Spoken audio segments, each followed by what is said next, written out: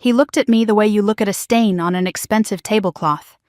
Something to be removed, something beneath notice. Alexander Wolf stood in the center of that gilded room, surrounded by investors and aristocrats and old money that smelled like champagne and contempt. And he spoke to me in Swedish. Not modern Swedish, not the kind you learn from apps or weekend courses. He used the formal, archaic dialect of 19th century nobility, the language of royal decrees and ancient law, and he used it to order me around like a servant. Fetch this, move there, know your place. He smiled while he did it. That confident, cruel smile of a man who believes he is the smartest person in every room he enters. He was so certain I would not understand, so certain I would stand there, mute and humiliated, while his international guests chuckled at the ignorant American woman who did not belong in their world. He was wrong. I let the silence stretch. I did not apologize, I did not explain, I did not flinch. And then I answered him. In flawless Old Swedish. In the language of medieval legal texts and Viking sagas. I corrected his grammar, I fixed his pronunciation. I quoted a 14th century trade agreement that made his little performance look like a child playing dress-up. The room went dead silent, 70 people holding their breath, and Alexander Wolf's face turned the color of old ash. But let me start from the beginning. Let me tell you how I ended up standing in that room, wearing a dress my mother picked out, being ordered around by my sister's billionaire fiancé. And why, when I finally spoke, I made sure it would be the last time anyone underestimated me. My name is Emily Carter. I am 29 years old, and for most of my life I have been invisible. The evening of my sister's engagement party, I stood in my Brooklyn apartment, staring at my reflection in a mirror that needed cleaning. The woman staring back was not ugly. She was not beautiful either. She was simply forgettable. Brown hair pulled back in a practical bun. Minimal makeup from the drugstore down the street. A navy blue dress that my mother had picked out during a phone call 2 weeks earlier. Nothing that draws attention, Emily. This is Megan's night. The dress was modest, appropriate, designed to help me blend into the background, which of course was exactly where everyone expected me to be. I adjusted the collar and tried to remember the last time I had chosen my own outfit for a family event. The answer was probably never. My apartment was small but clean, books everywhere, stacks of academic journals on the coffee table, piled on the kitchen counter, lining the walls in cheap particle board shelves. Most of them were in languages the average person could not read. Swedish, Norwegian, Danish, Old Norse. The languages of my former life. The life I had walked away from 3 years ago and tried very hard not to think about. On my desk, half hidden beneath a stack of translation work that paid my rent, sat a photograph I rarely looked at anymore. A younger version of me, standing in front of a Gothic stone building, snow falling around her, grinning like someone who believed the world was full of possibility. Uppsala University. Sweden. The place where I had been someone. The place where I had almost become the person I was meant to be. I turned away from the photograph and finished getting ready. Tonight was not about me. Tonight was never about me. My phone rang at 6:15. I knew who it was before I looked at the screen. Emily, are you almost ready? My mother's voice was bright and sharp, the tone she used when she was nervous and trying to hide it. The car service will be there in 20 minutes. I'm ready, Mom. Good, good. A pause. I could hear her breathing, gathering her next set of instructions. Now, remember what we talked about. Don't be late, but don't arrive before the Wolves do. It would look presumptuous. I remember. And don't talk about your work. Nobody wants to hear about old languages and dead civilizations. It makes people uncomfortable. I bit the inside of my cheek. I know. And don't drink too much. I know you don't usually, but events like this, the champagne flows, and I just don't want you to embarrass yourself. Mom, I'm not going to embarrass myself. Of course not. Of course. Another pause, longer this time. When she spoke again, her voice had softened into something that almost resembled warmth. "Your sister is so nervous, Emily. This is the biggest night of her life. Alexander's family is very particular about appearances." I noticed she did not ask if I was nervous. She did not ask how I was feeling about watching my younger sister become engaged to a billionaire while I lived in a 400-square-foot apartment translating technical documents for grocery money. But then she never asked those questions. "The Wolfs are being so generous," my mother continued. "They're paying for everything. The party, the wedding, even—" She stopped abruptly. "Even what, Mom?" "Nothing. It's nothing. Just be there on time. And Emily?" Her voice tightened. "Try to be happy for your sister. She deserves this." The line went dead before I could respond. I stood there for a long moment, phone in hand, staring at nothing. She deserves this.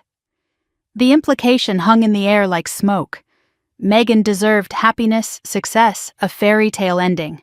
And me? I was just supposed to watch from the sidelines and be grateful I was invited at all. I set the phone down and walked to my bedroom, where an old photograph sat on the nightstand. Megan and me as children, maybe 8 and 5 years old, arms wrapped around each other, laughing at something our father had said. We had been so close then, inseparable. I was the quiet one who read too many books, and Megan was the golden child who lit up every room she entered. But we had loved each other fiercely, protectively, the way sisters do. When had that changed? I could not pinpoint the exact moment. It happened slowly, then all at once. Megan learned early that being pretty opened doors. I learned that being smart did not matter if no one was listening. By high school, we lived in different worlds. By college, we barely spoke. And then, 3 years ago, everything shattered completely. I closed my eyes, and the memory surfaced whether I wanted it or not. February in Uppsala. Snow falling outside my tiny apartment window. I was 6 months into my doctoral research, happier than I had ever been, finally becoming the scholar I had always dreamed of being. My advisor had just nominated me for the Geneva Fellowship, full funding for 5 years, the opportunity of a lifetime. And then Megan called. She was sobbing so hard I could barely understand her. "Mom is sick. Really sick. I can't handle this alone. Please, Emily, please come home." I did not hesitate. I booked a flight that night. I left everything behind, my research, my fellowship, my future. I told my advisor I had a family emergency and withdrew from the program before he could talk me out of it. I did not even say goodbye to my colleagues, to the libraries I loved, to the life I had built. Megan needed me. That was enough. I came home to find my mother sick with pneumonia. Serious, but treatable. Not the emergency Megan had made it sound like. But by then it was too late. My position had been filled. My fellowship had been given to someone else. My life in Sweden had closed behind me like a door I could never reopen. 3 months later, my mother recovered. Megan recovered. And I stayed, picking up the pieces of a life I had never planned to live. Freelance translation work, a cramped apartment, the slow, grinding erasure of everything I had once been. I never asked Megan why she had panicked so badly, why she could not have handled a few weeks without me, why my sacrifice had been necessary. Some questions, I learned, were better left unasked. I put the photograph down and opened my laptop. If I was going to survive tonight, I needed to know what I was walking into. I typed Alexander Wolf into the search bar and watched the results populate. Forbes profiles, Bloomberg interviews, Society page photographs. The man my sister was about to marry was 34 years old, heir to Wolf Capital, net worth estimated in the billions. He was known for hostile takeovers, aggressive negotiations, and what business journalists called visionary leadership. Every photograph showed the same face, handsome in a cold, calculated way. Dark hair, sharp jaw, eyes that looked like they were calculating your value before you finished shaking his hand. I scrolled through interviews, looking for something beneath the polished surface. "Success is about dominance," he had told one reporter. "If you are not winning, you are losing." Another article mentioned a lawsuit from a former assistant. Settled out of court. Records sealed. A financial blog whispered about SEC inquiries into his Nordic acquisitions, but nothing had been proven. I clicked on a photograph of Alexander and Megan together at some charity gala. She was smiling, radiant in a red gown that probably cost more than my annual rent. But her eyes were wrong, tight, performed. The smile of someone who had practiced in front of a mirror. "What are you getting into, Meg?" But it was not my place to ask. Megan had made that clear years ago. At 6:45, I gathered my things. Phone, lipstick, a small notebook I always carried, filled with linguistic notes and fragments of translation. I checked my reflection one last time. Acceptable. Unremarkable. Exactly what everyone expected. The Uber arrived at 6:50. I climbed in and watched Brooklyn blur past the window as we headed toward Manhattan. The driver made small talk. I responded in monosyllables. My mind was elsewhere, running through scenarios, preparing defenses, building walls. Just get through tonight, I told myself. Smile, nod, stay invisible. Then go home and forget this ever happened. But something felt different. A tension in my chest I could not name. A sense that tonight would not go according to plan. My phone buzzed just as we crossed the bridge into Manhattan. A text message from a number I did not recognize. 6 words that made my breath catch. "Be careful tonight. He is not what he seems." I stared at the screen. No name, no context. Just a warning, clear and cold. I should have shown someone, should have asked questions, should have turned around and gone home. Instead, I deleted the text and slipped my phone back into my purse. But the words stayed with me, burning in the back of my mind, as the car pulled up to the Sterling Club and my sister's engagement party began. The Sterling Club had no sign, no logo, no indication that it existed at all except for a single brass number above a heavy oak door and a doorman in a 3-piece suit that probably cost more than my monthly rent. The building was old limestone, the kind of old that whispered generations of wealth, the kind that did not need to announce itself because everyone who mattered already knew. I stepped out of the car and smoothed my dress, suddenly aware of how cheap the fabric felt against my skin. The doorman watched me approach with the polite, distant expression of someone trained to assess net worth at a glance. Whatever number he calculated, it clearly fell short. "Good evening," I said, offering my invitation. "Emily Carter. I'm here for the Wolf engagement party." He took the invitation, examined it carefully, then examined me with equal scrutiny. His eyes traveled from my simple heels to my drugstore makeup to the modest clutch I carried. Something flickered across his face. Not quite contempt, more like confusion. As if the invitation and the woman holding it did not match. "One moment, please." He stepped aside and spoke quietly into an earpiece. I stood on the sidewalk, alone, while a couple in matching designer outfits glided past me into the building without stopping. Then another couple. Then a silver-haired man who nodded at the doorman like an old friend and disappeared inside without a word. No one asked them to wait. No one questioned whether they belonged. A woman appeared beside the doorman, clipboard in hand, tailored black dress, eyes like polished stones, hard and assessing. "Miss Carter?" "Yes." "May I see some identification?" I handed over my driver's license. She studied it, compared it to something on her clipboard, then looked at me again. The inspection was thorough, clinical. She noted my dress, my shoes, my lack of jewelry, my everything, and found it all wanting. "You may enter," she said finally, handing back my license. "The Carter family table is on the left side of the main hall. Please enjoy the evening." No welcome, no warmth, just permission to exist in their space. I walked through the heavy doors, and as they closed behind me, I heard the woman murmur something to the doorman. The words were soft, but they carried. "That's the sister. The other one. The other one." I filed the phrase away in the part of my mind where I kept all the small wounds, the paper cuts of a lifetime of being second best. Then I lifted my chin and stepped into the party. The Sterling Club's main hall was designed to make ordinary people feel small. Soaring ceilings crowned with crystal chandeliers that scattered light like frozen rain.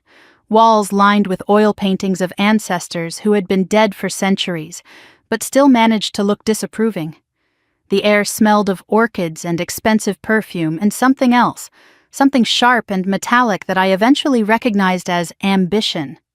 A jazz quartet played in the corner, their music soft and unobtrusive, designed to fill silence without demanding attention. Waiters in white jackets moved through the crowd like ghosts, offering champagne from silver trays, disappearing before anyone had to acknowledge their existence. And the guests. God, the guests. 70 people, maybe 80, all dressed in fabrics that whispered wealth. Women in gowns that cost more than cars. Men in suits tailored so precisely they looked like second skins. Everyone moved with a certain ease, the particular comfort of people who had never worried about a bill, never checked a price tag, never wondered if they could afford to exist in a space like this. I stood at the edge of the room and realized I was the only person here who had ever worried about any of those things. A waiter approached with a tray of champagne. I took a glass just to have something to hold, something to do with my hands besides betray how out of place I felt. The champagne was cold and expensive and tasted like nothing I could afford. I moved through the crowd, and the crowd moved around me. No one made eye contact. No one introduced themselves. I was wearing the wrong dress, the wrong shoes, the wrong face. I was furniture, wallpaper. Exactly what everyone expected me to be. I found my assigned table near the back of the room, close to the service entrance. Table 12. The farthest point from the head table where Alexander and Megan would sit. The placement was deliberate, I knew. A message written in seating charts. You are here because you must be. You are not here because you matter. 2 chairs. Both empty. My mother had not arrived yet. I sat down alone and watched the party unfold around me, invisible in the shadows. I saw them before they saw me. Richard and Clarissa Wolfe, holding court near the bar like royalty greeting subjects. Richard was tall and silver-haired, with the rigid posture of a man who had spent his life expecting obedience. He was 62 years old, founder of Wolfe Capital before passing the company to his son, and his face looked like it had been carved from granite, hard, unyielding. He spoke to a cluster of men in low tones, and they leaned in, nodding eagerly, desperate for his approval. He did not smile. He did not need to. Power was its own expression. Clarissa stood beside him, blonde and preserved, draped in emeralds that caught the light every time she moved. She looked like she had been born holding a champagne flute. Her smile was perfect and completely empty, the smile of a woman who had learned long ago that warmth was weakness and sentiment was for people who could not afford better armor. I watched them for a moment, cataloging, assessing. These were the people my sister was marrying into. These were the people who would become her family. Then Clarissa's gaze swept the room and landed on me. The look was slow, deliberate. She examined me from my hair to my shoes, cataloging every flaw, every inadequacy, every way I failed to measure up to the standards of her world. Then she whispered something to Richard. He glanced in my direction, dismissed me with a flicker of his eyes, and turned back to his conversation. I had been weighed. I had been found wanting. And the judgment had taken less than 5 seconds. Clarissa raised her champagne glass in my direction. A mock toast. The kind of gesture that looks polite from a distance but feels like a knife up close. I did not react. I had practice at not reacting. I found Megan across the room, surrounded by guests, smiling and laughing and playing the role of the perfect bride-to-be. She was radiant. There was no other word for it. Ivory gown that hugged her figure. Hair swept up in an elegant twist. Diamonds at her throat that caught the light and threw it back in fragments. She looked like she belonged here, in this world of chandeliers and champagne and casual cruelty. She looked like she had been born for this. But I knew my sister. I knew the difference between her real laugh and her performed one.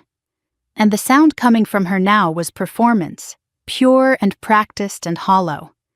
She saw me watching and excused herself from the group. Her smile stayed fixed as she crossed the room, but her eyes told a different story.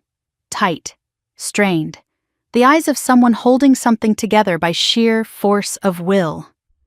"You came," she said when she reached me. "I wasn't sure you would." "I said I would. I'm here." We stood there, sisters separated by more than the 3 feet between us. I wanted to hug her. I wanted to ask if she was okay. I wanted to tell her she did not have to do this, any of this, that there were other paths, other choices, other lives. Instead, I said nothing. Because Megan had made it clear years ago that my opinions were not welcome, that my concerns were not needed, that the best thing I could do for her was stay out of her way. "Emily," her voice dropped, barely above a whisper, "I need you to do something for me tonight." "Anything." She hesitated. Her eyes flickered toward something across the room, someone I could not see. "Just stay in the background, okay? Don't draw attention. Alexander, he gets particular about things." "Particular how?" Her smile faltered for a fraction of a second. "Just a crack, barely visible, but I saw it. I knew her too well not to see it. Just trust me, please." Before I could respond, her gaze shifted over my shoulder. Her entire body changed, shoulders back, chin up, smile brighter, like a puppet whose strings had suddenly been pulled tight. She squeezed my hand, too hard, too desperate, the squeeze of someone drowning who had just spotted a piece of driftwood. "I have to go, we'll talk later." And then she was gone, swallowed back into the crowd, back to the performance, back to whoever had made her spine straighten with fear. I watched her go and felt something cold settle in my stomach. That squeeze. I knew that squeeze. It was the same one she had given me 3 years ago, right before the phone call that brought me home from Sweden. Something was very wrong. I scanned the room, trying to understand the dynamics I was swimming in. And that was when I noticed the international guests. A cluster of men and women near the windows, dressed expensively but simply, observing more than participating. European, I guessed from their bearing. Scandinavian, probably. They had the reserved manner of people from northern climates, the habit of watching and waiting rather than speaking first. Among them, one man stood out. He was older, late 60s, with silver hair and a posture that spoke of quiet authority. His suit was well made but understated, no flash, no show. While everyone else in the room performed, he simply watched, studied, calculated. His eyes swept the room and landed on me for a moment. Not the dismissive glance of Richard Wolfe or the contemptuous assessment of Clarissa. Something different. Curiosity, maybe. Recognition of something he had not expected to find. I looked away first, unsettled. I did not know who he was, but I had the strange feeling that he knew something about me that I had not yet figured out myself. My mother arrived 15 minutes late, flustered and apologizing to people who were not listening. She wore a new dress, nicer than anything I had seen in her closet, and jewelry I did not recognize. Gifts from the Wolfes, or purchases made on credit she could not afford. She spotted me at table 12 and made her way over, her smile too bright, her movements too quick. "Emily, thank God you're sitting down. I was worried you'd be wandering around bothering people." "Hello to you too, Mom." She sat down across from me, immediately scanning the room for Megan. "Doesn't your sister look beautiful? Clarissa helped her pick the dress." "She looks tired." My mother's face hardened. "She looks happy. Don't ruin this." I bit back the response I wanted to give. What would be the point? My mother had made her choice about which daughter mattered long before tonight. "The Wolfes are being so generous," she continued, her voice dropping to a conspiratorial whisper. "We should be grateful. They're giving Megan everything." "Grateful for what, exactly?" Her eyes flickered. Something shifted in her expression. Guilt, maybe, or shame. For giving Megan a future. For giving us all a future. The words were meant to close the conversation. Instead, they opened a door I had not known existed. What future? What exactly had the Wolfes promised? And what had my mother traded to secure it? "Just smile, Emily. That's all you have to do tonight. Smile and be grateful." I needed air. I needed space. I needed to get away from the champagne and the chandeliers, and the weight of expectations I had never agreed to carry. I excused myself and walked toward the service corridor, away from the party, away from the glitter. The hallway was quieter here. Staff members moved with purpose, carrying trays, adjusting arrangements, invisible to the guests they served. I stopped near a doorway, pretending to check my phone, and that was when I heard them. Two servers, huddled together, speaking in hushed voices. "Did you hear? He fired 3 people this week." "3? What for?" One made eye contact too long, one mispronounced his name, and the third... A pause. She said no when he told her to stay late. Jesus, the fiancé? Who else? The whole family's terrified of him, even the bride. Even the bride. I stood frozen in that hallway, the words echoing in my mind. I thought about Megan's tight smile, the desperate squeeze of her hand, the way her body had changed the moment she sensed someone watching. This was not a love story. This was something else entirely. The lights in the main hall dimmed. A spotlight hit the marble staircase. Someone was about to make an entrance. I returned to the party just as a hush fell over the crowd. Every head turned toward the stairs. Every conversation stopped, and Alexander Wolf descended into the room like a king claiming his throne. He was tall. That was the first thing I noticed. 6'2", maybe 6'3", with the kind of build that came from personal trainers and discipline and the luxury of time. His suit was navy, bespoke, tailored so precisely to his body that it looked like it had been sewn directly onto his skin.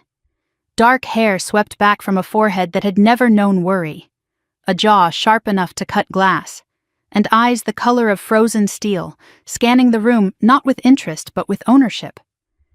Alexander Wolf did not walk down those stairs. He descended, each step deliberate, measured, designed to make everyone watch. And everyone did watch. The room had gone silent, not with anticipation but with something closer to obedience, the trained silence of subjects awaiting their ruler. He paused halfway down, letting the moment stretch, letting the spotlight linger, letting everyone absorb his presence. His smile was perfect and completely empty. The smile of a man who had learned early that charm was a weapon and wielded it accordingly. I stood at the edge of the room, invisible in the shadows, and studied him the way I studied ancient texts, looking for meaning beneath the surface, looking for the truth behind the performance. He was handsome, I could not deny that. Handsome in the way a predator is handsome. Beautiful and dangerous and utterly without mercy. The kind of face that graced magazine covers and haunted the nightmares of competitors. The kind of face that made promises it never intended to keep. He reached the bottom of the stairs and found Megan waiting for him. She stood perfectly still, smile radiant, posture flawless. He took her hand and raised it to his lips, kissing it with theatrical precision. The gesture was not affection. It was possession. He was not greeting his fiancée, he was claiming her. The room erupted in polite applause. Megan's smile never wavered, neither did the tension in her shoulders. I watched Alexander work the crowd, moving from group to group with practiced ease. He shook hands with investors, he laughed with old money, he charmed the wives and intimidated the husbands and left everyone feeling like they had been granted an audience with someone important. The performance was flawless. Seamless, the work of someone who had spent a lifetime perfecting the art of making people feel small while convincing them they should be grateful for the privilege. And then his eyes found me. It was brief. 2 seconds, maybe 3. His gaze swept the room like a searchlight and stopped on my corner, on my modest dress and my drugstore makeup and my everything that did not belong.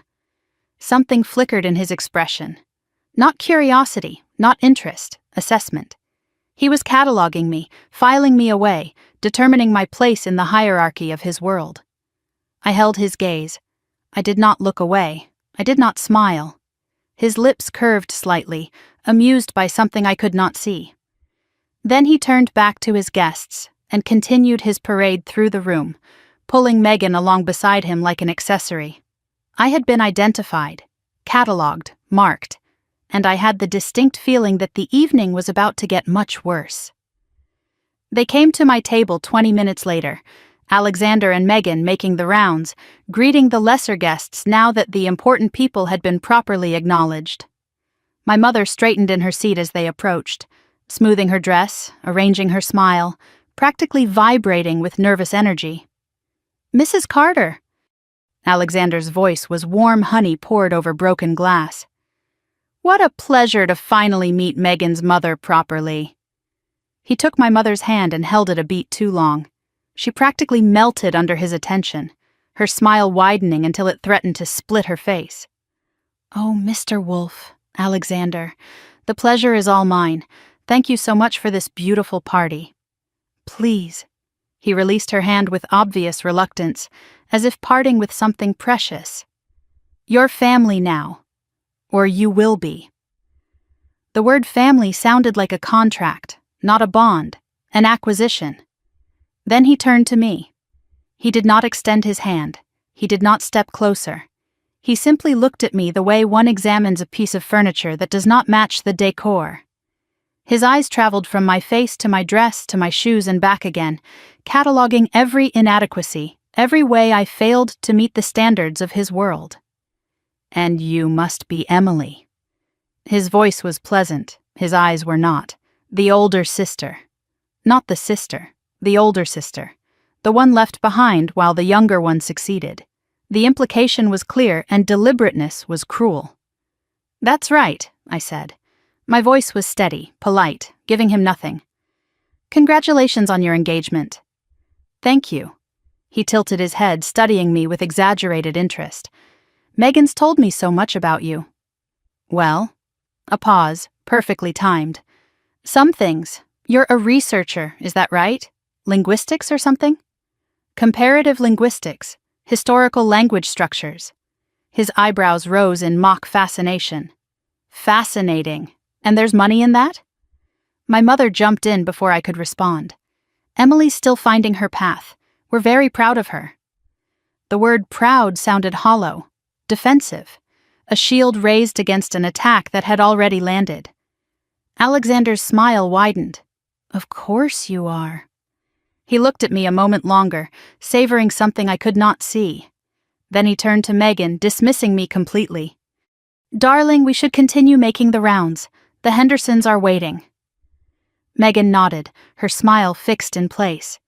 But as she turned to follow him, her eyes met mine for just a moment. The look was pleading, desperate. "Don't, please don't." I watched them walk away and felt the first stirrings of something hot and dangerous in my chest. Not anger, not yet. Something closer to recognition. I had seen men like Alexander Wolf before, had studied them in texts about power dynamics and linguistic dominance. But reading about a wolf and standing in front of one were very different things. The first order came 10 minutes later. Alexander appeared at our table again, Megan trailing behind him. He did not sit down. He simply stood there, looking at the bar, then at me, then back at the bar. "Emily, would you mind terribly getting Megan a glass of champagne? The servers here are so slow, and she's been on her feet all evening." It was phrased as a request. It was delivered as a command. My mother nodded eagerly before I could respond. "Of course she will. Emily doesn't mind, do you, honey?" I looked at Alexander. His smile was pleasant, patient, waiting. He wanted me to bristle. He wanted to see me struggle against the bit he was placing in my mouth.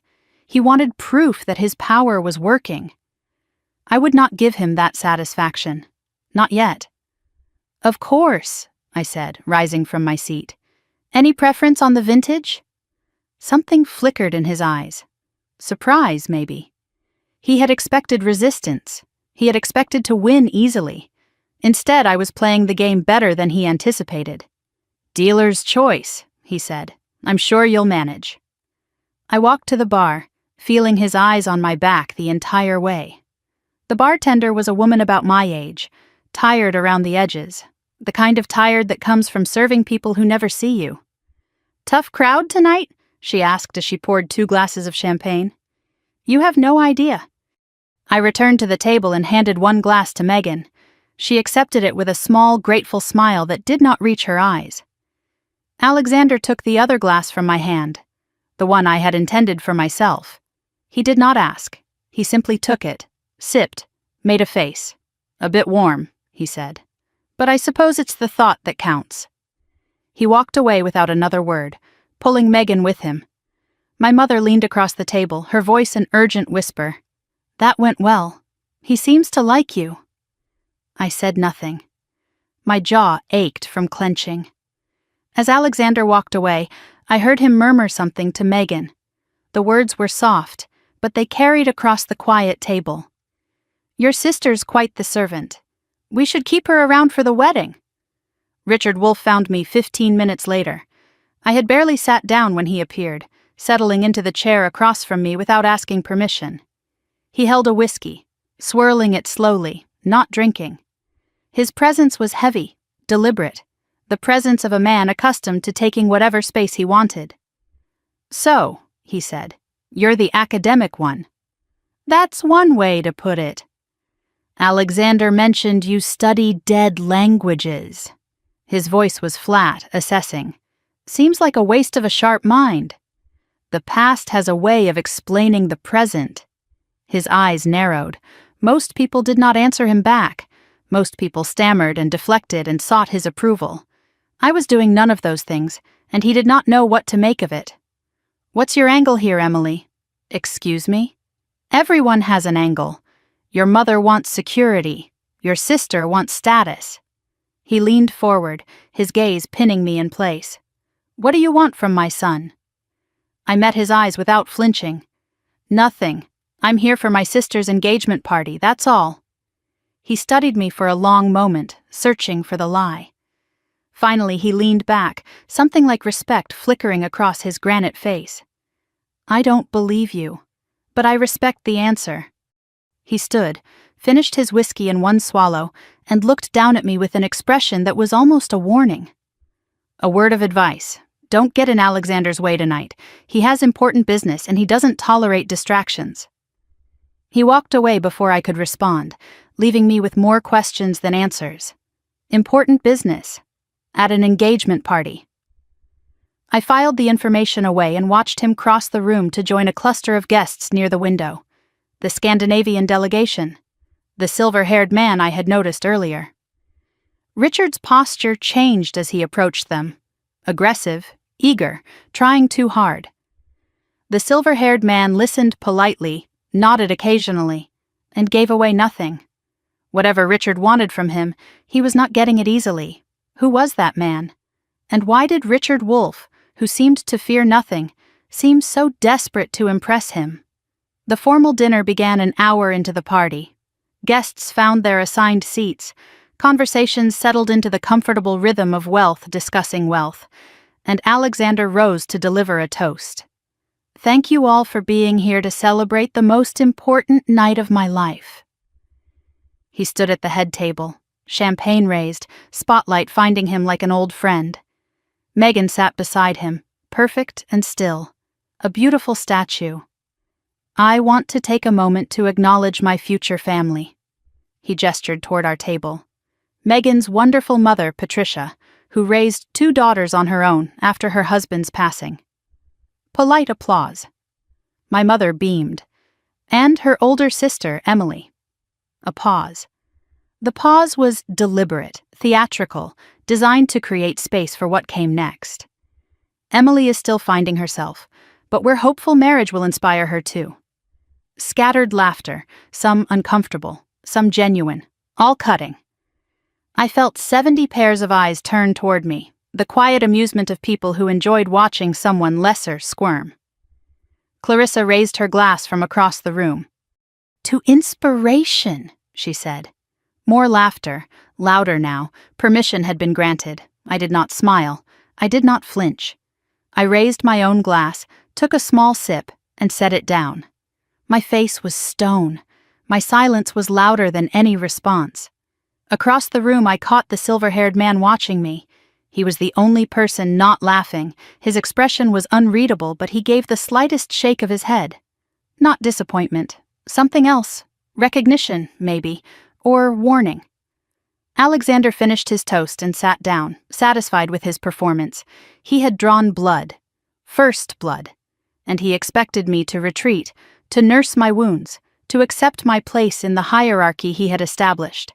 He did not know me at all. I excused myself from the table and walked toward the service corridor, seeking air, seeking space, and that was when I heard it. Alexander's voice, sharp with tension, speaking into his phone. "I don't care what he said. The Lindbergh deal closes tonight." I stopped near the corner, pretending to examine a painting. His words carried clearly. "Then make him see reason. 200 million is on the table. If we lose this because of some old man's principles, heads will roll." A pause, someone arguing on the other end. "No, I'll handle Lindbergh myself. Just make sure the documents are ready." He ended the call, jaw tight, and turned back toward the party. His eyes found me near the corridor entrance. For a moment his mask slipped, suspicion, calculation, threat.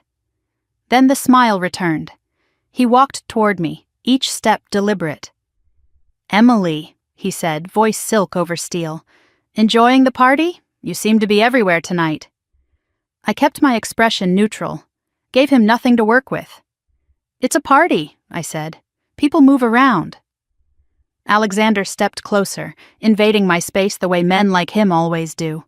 Close enough that I could smell his cologne, something expensive and sharp. Close enough that backing away would look like retreat. "People move around, yes." His voice was pleasant. His eyes were not. "But you specifically seem drawn to private conversations, near service corridors, near phone calls." The accusation hung between us. He knew I had been listening, or he suspected. Either way, he was testing me, probing for weakness, looking for the crack he could exploit. "I was looking for the restroom," I said. "A server pointed me this direction." "Did they?" "They did." I held his gaze without flinching. "I'm not particularly interested in your business calls, Alexander. I'm a linguist, not a spy." The word linguist drew a flicker of something across his face. Disdain, maybe, dismissal. Right. Dead languages. His smile sharpened. Hard to spy with those. "You'd be surprised what the dead can tell us." For a moment something shifted in his expression. Uncertainty, perhaps. The unsettling realization that I was not reacting the way he expected. Then the mask returned, smooth and impenetrable. "Enjoy the rest of the party, Emily. Try to stay out of trouble." He walked away without waiting for a response, rejoining a cluster of investors near the bar. I exhaled slowly, unclenching fists I had not realized I was making. My hands were trembling, my face betrayed nothing. Close call. He was watching me now. I needed to be more careful. But even as I thought it, my attention was caught by something across the room. Alexander had found Megan.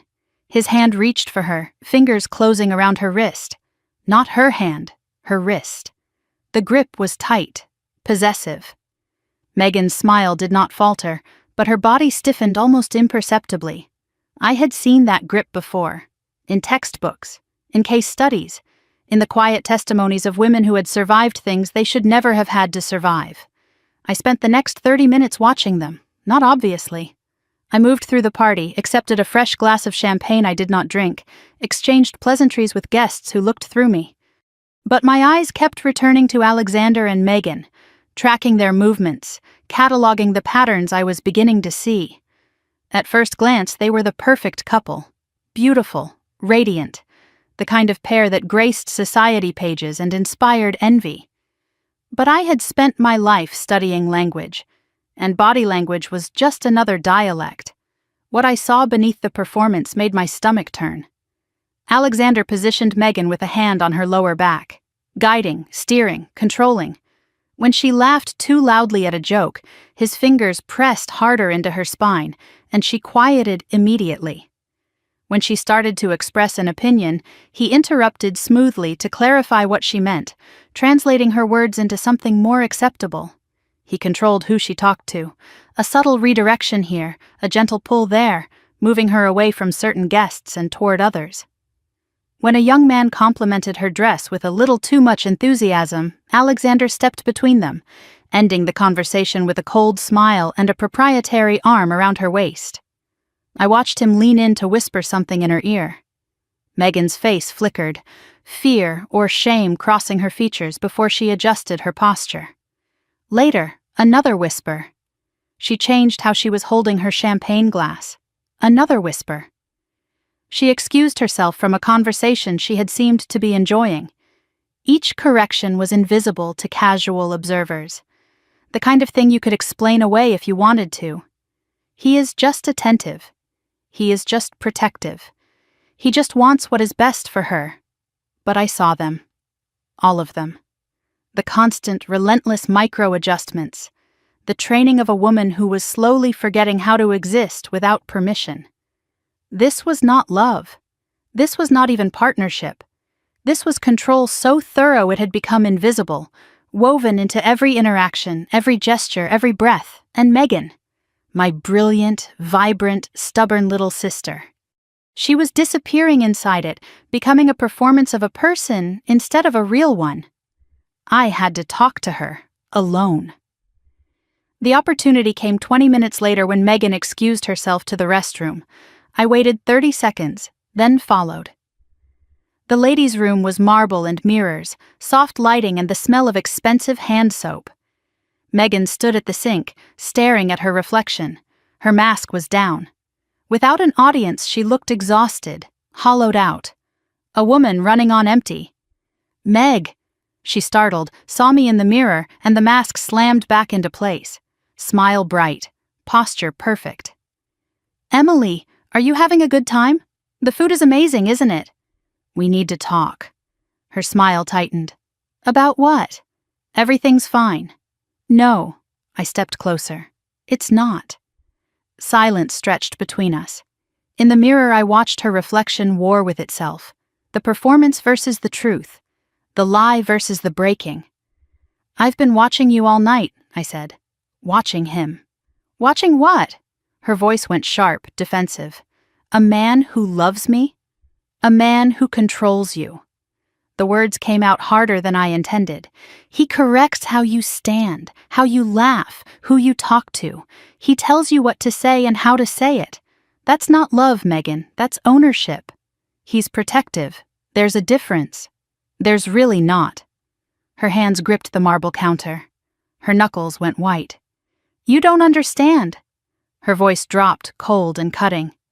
"You've never understood." "Then help me understand. What happened to you? When did you become this?" "Nothing happened to me." She whirled to face me, eyes blazing. "I fell in love with a successful man. I'm getting everything I ever wanted. The life, the security, the future. Everything you could never give me." "I'm not talking about money, Meg. I'm talking about the way you flinch when he looks at you, the way you perform instead of exist.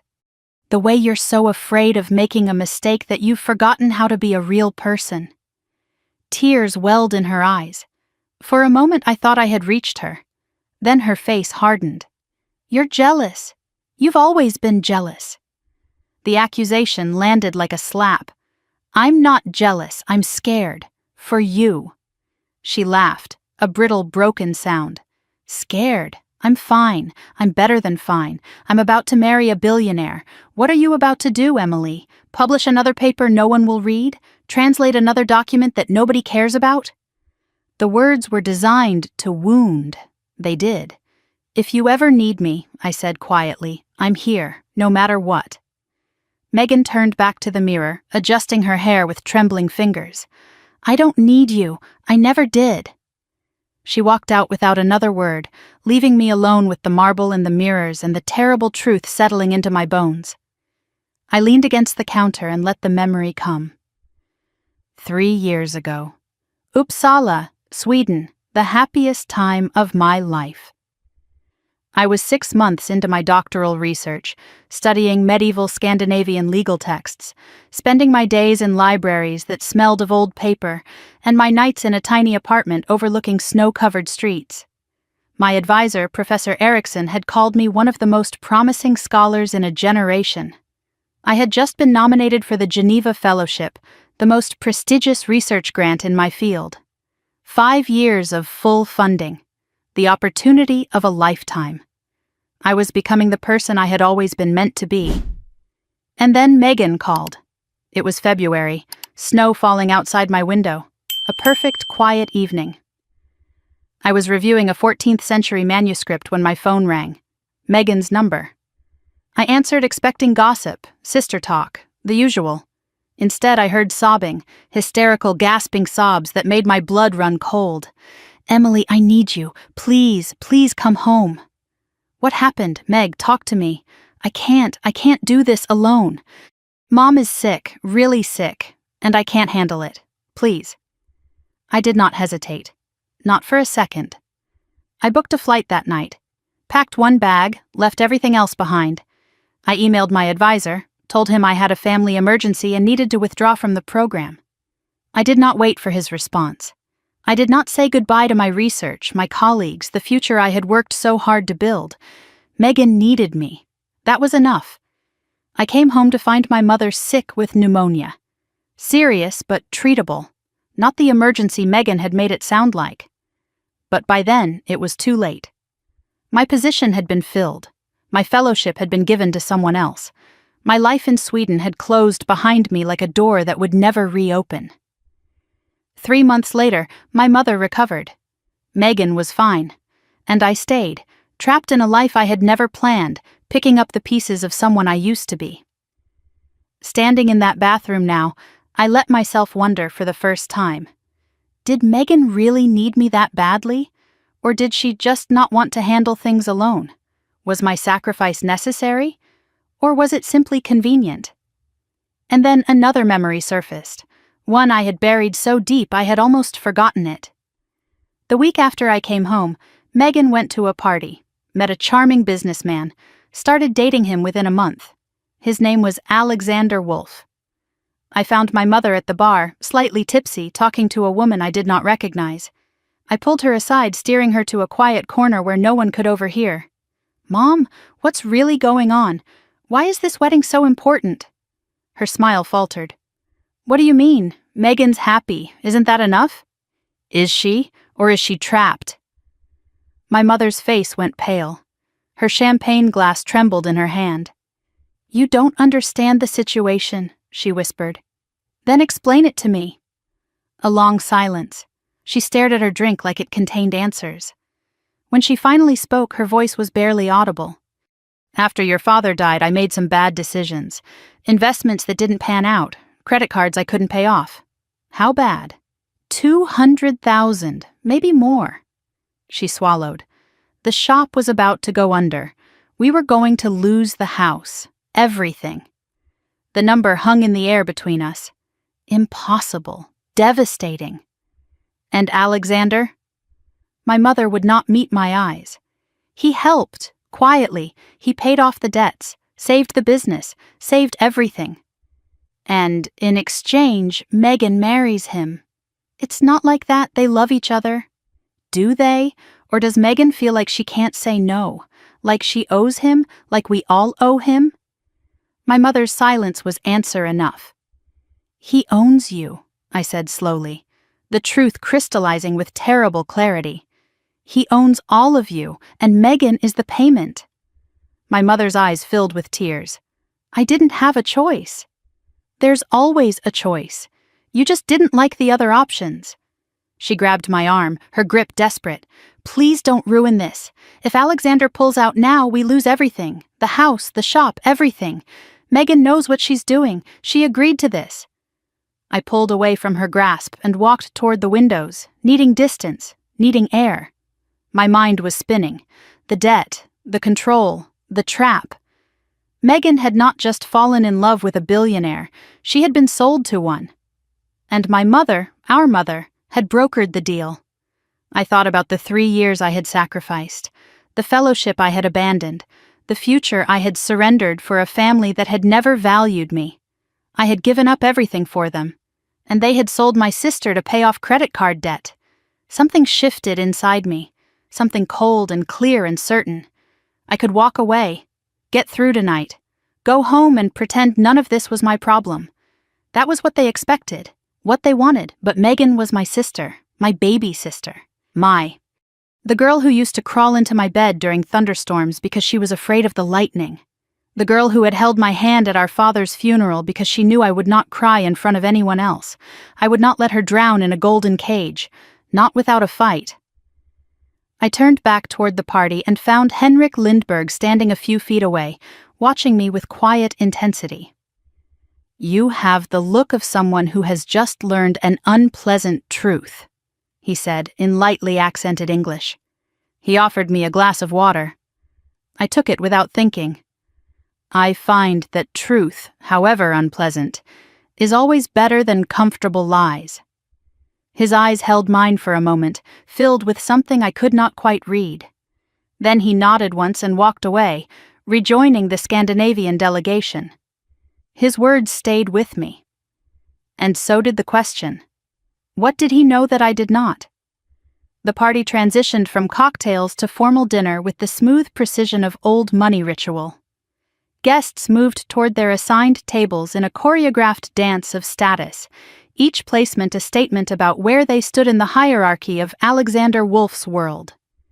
I found my seat at table 12, tucked into the far corner of the room, close enough to the kitchen entrance that I could hear the clatter of dishes and the urgent whispers of servers. The message was clear. I had been seated as far from the head table as architecturally possible.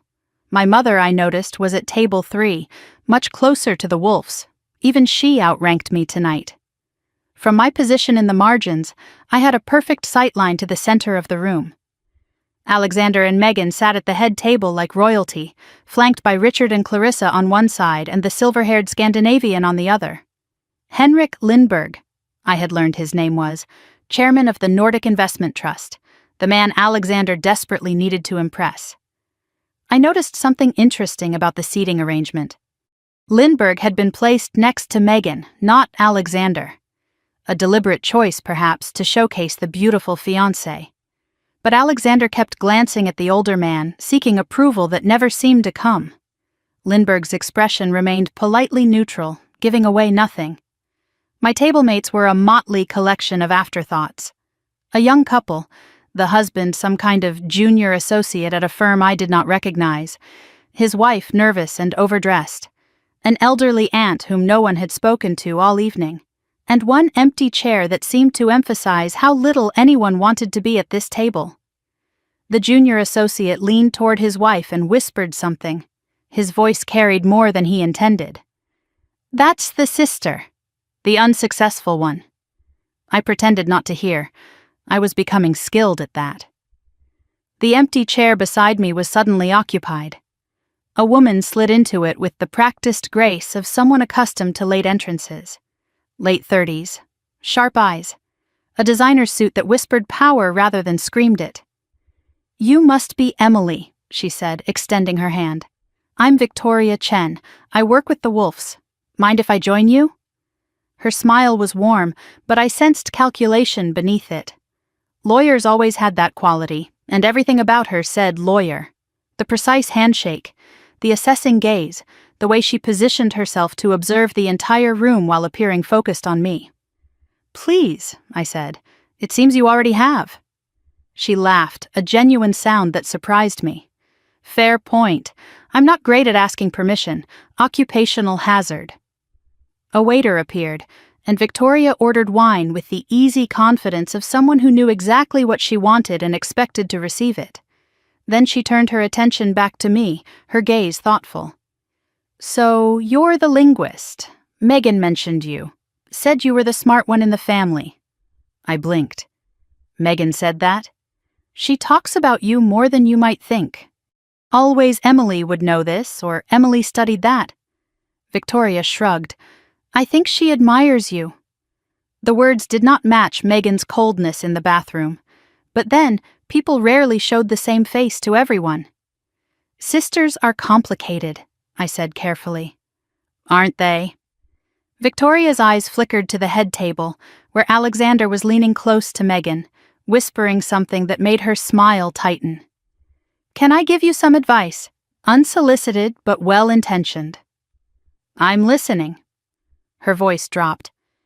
Alexander doesn't like being outshone, especially not by family members who aren't useful to him.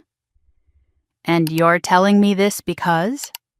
Victoria's gaze met mine, something unreadable in her expression. Because I've seen what happens to people who embarrass him, and I'd rather not see it happen to you.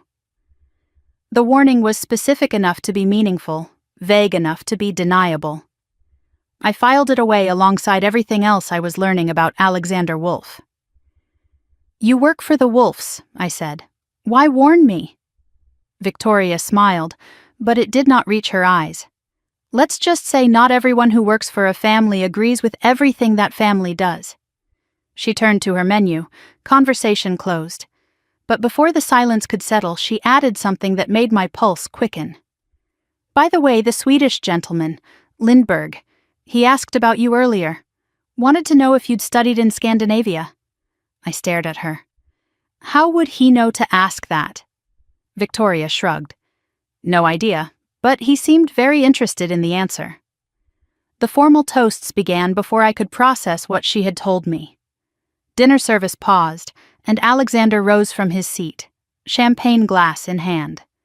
The room fell silent with trained obedience. Thank you all for being here to celebrate the most important night of my life. His voice carried easily, warm and confident, the voice of a man accustomed to commanding attention. He pulled Megan close, his arm around her waist like a claim of ownership. I'm the luckiest man alive to have found a woman like Megan. She's everything I ever wanted. Beautiful, graceful, perfect in every way. I listened to him describe my sister, noting what he praised. Her beauty, her grace, her perfection. Not once did he mention her intelligence, her dreams, her independence. Every compliment was about what she gave him, what she added to his image, what she contributed to his brand. She makes me look good. She understands my needs. She knows her role. Megan sat beside him, smiling, nodding, a beautiful accessory to his performance. Of course, I must thank her family for raising such a remarkable woman. Alexander gestured toward our section of the room. Her wonderful mother Patricia, whose strength and sacrifice have been an inspiration to us all. My mother beamed, not hearing the condescension beneath the praise. Then Alexander's eyes found me. The pause that followed was theatrical, deliberate, a silence designed to sharpen whatever blade came next. And to Emily, Megan's older sister. The room waited. I could feel the weight of attention shifting toward my corner. Emily is unique. His smile widened. While most of us were building careers, she was studying ancient languages, dead ones, I believe. Scattered laughter. The permission to mock had been granted. But that's the beauty of family, isn't it? We don't choose them. We just accept them. More laughter, louder now. The words landed exactly as he intended them to. Emily Carter, the burden, the failure, the embarrassing relative that successful families learn to tolerate. To Emily, he raised his glass. May you find your path someday. We're all rooting for you. The room lifted their glasses. They were toasting to my inadequacy, to my invisibility, to the comfortable assumption that I was exactly what Alexander said I was. I raised my own glass, took a small sip, set it down without expression. My silence was the only dignity I had left. I would not waste it on these people. Across the room, I noticed Henrik Lindberg was the only person not drinking the toast. He watched Alexander with an expression I recognized from academic conferences, the look of someone evaluating a colleague and finding them severely wanting. Dinner resumed, but Alexander was not finished with me. He appeared at table 12 15 minutes later, sliding into the chair Victoria had vacated. She had excused herself moments earlier, disappearing into the crowd with a meaningful glance in my direction. Emily. Alexander's smile was predatory. I hope you're enjoying the evening. The lobster is flown in from Maine. It's delicious, thank you. Good, good. He leaned back, studying me with exaggerated interest. I realized I never properly got to know my future sister-in-law, We should fix that." His voice was loud enough for neighboring tables to hear. I understood immediately. This was a performance. Whatever came next was designed for an audience. "So, Emily," he steepled his fingers, "you study languages.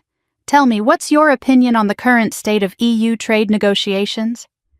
The question was a trap.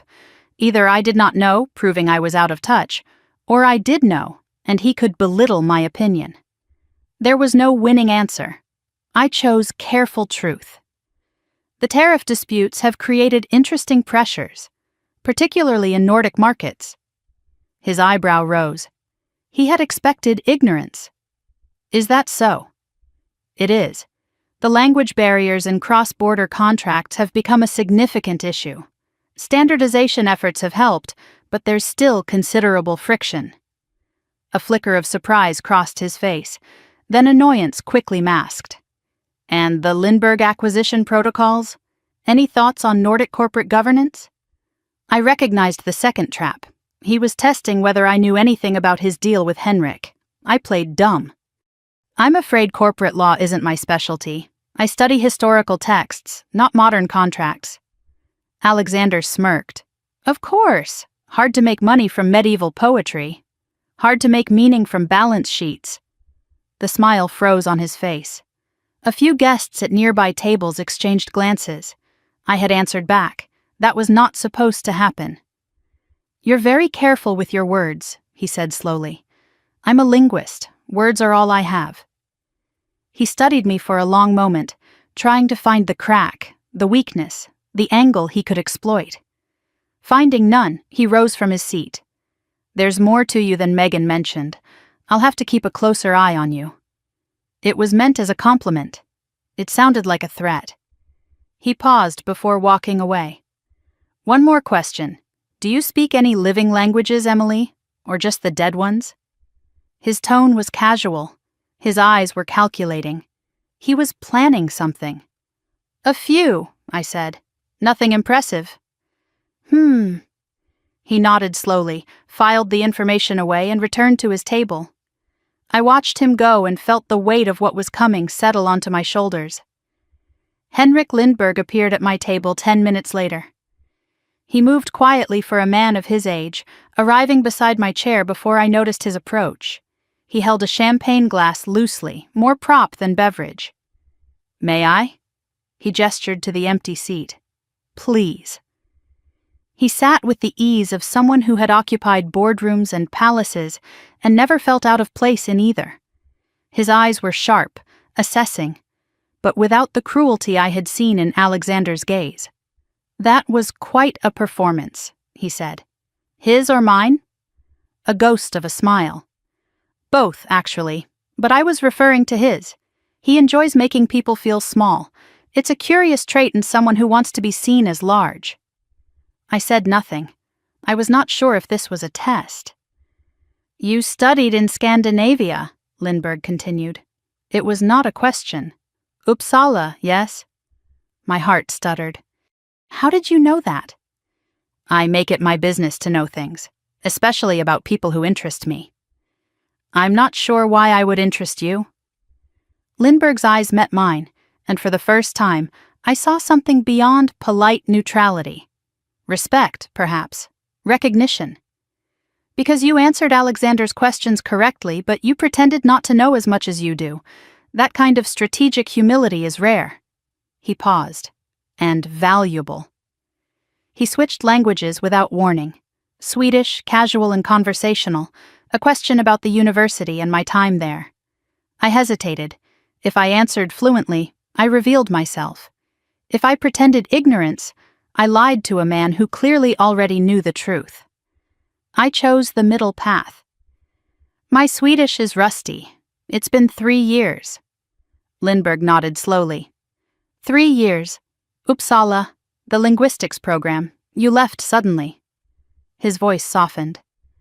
"I remember hearing about it." "You remember hearing about a student who dropped out?" "I remember hearing about a student who was going to change the field. And then she vanished."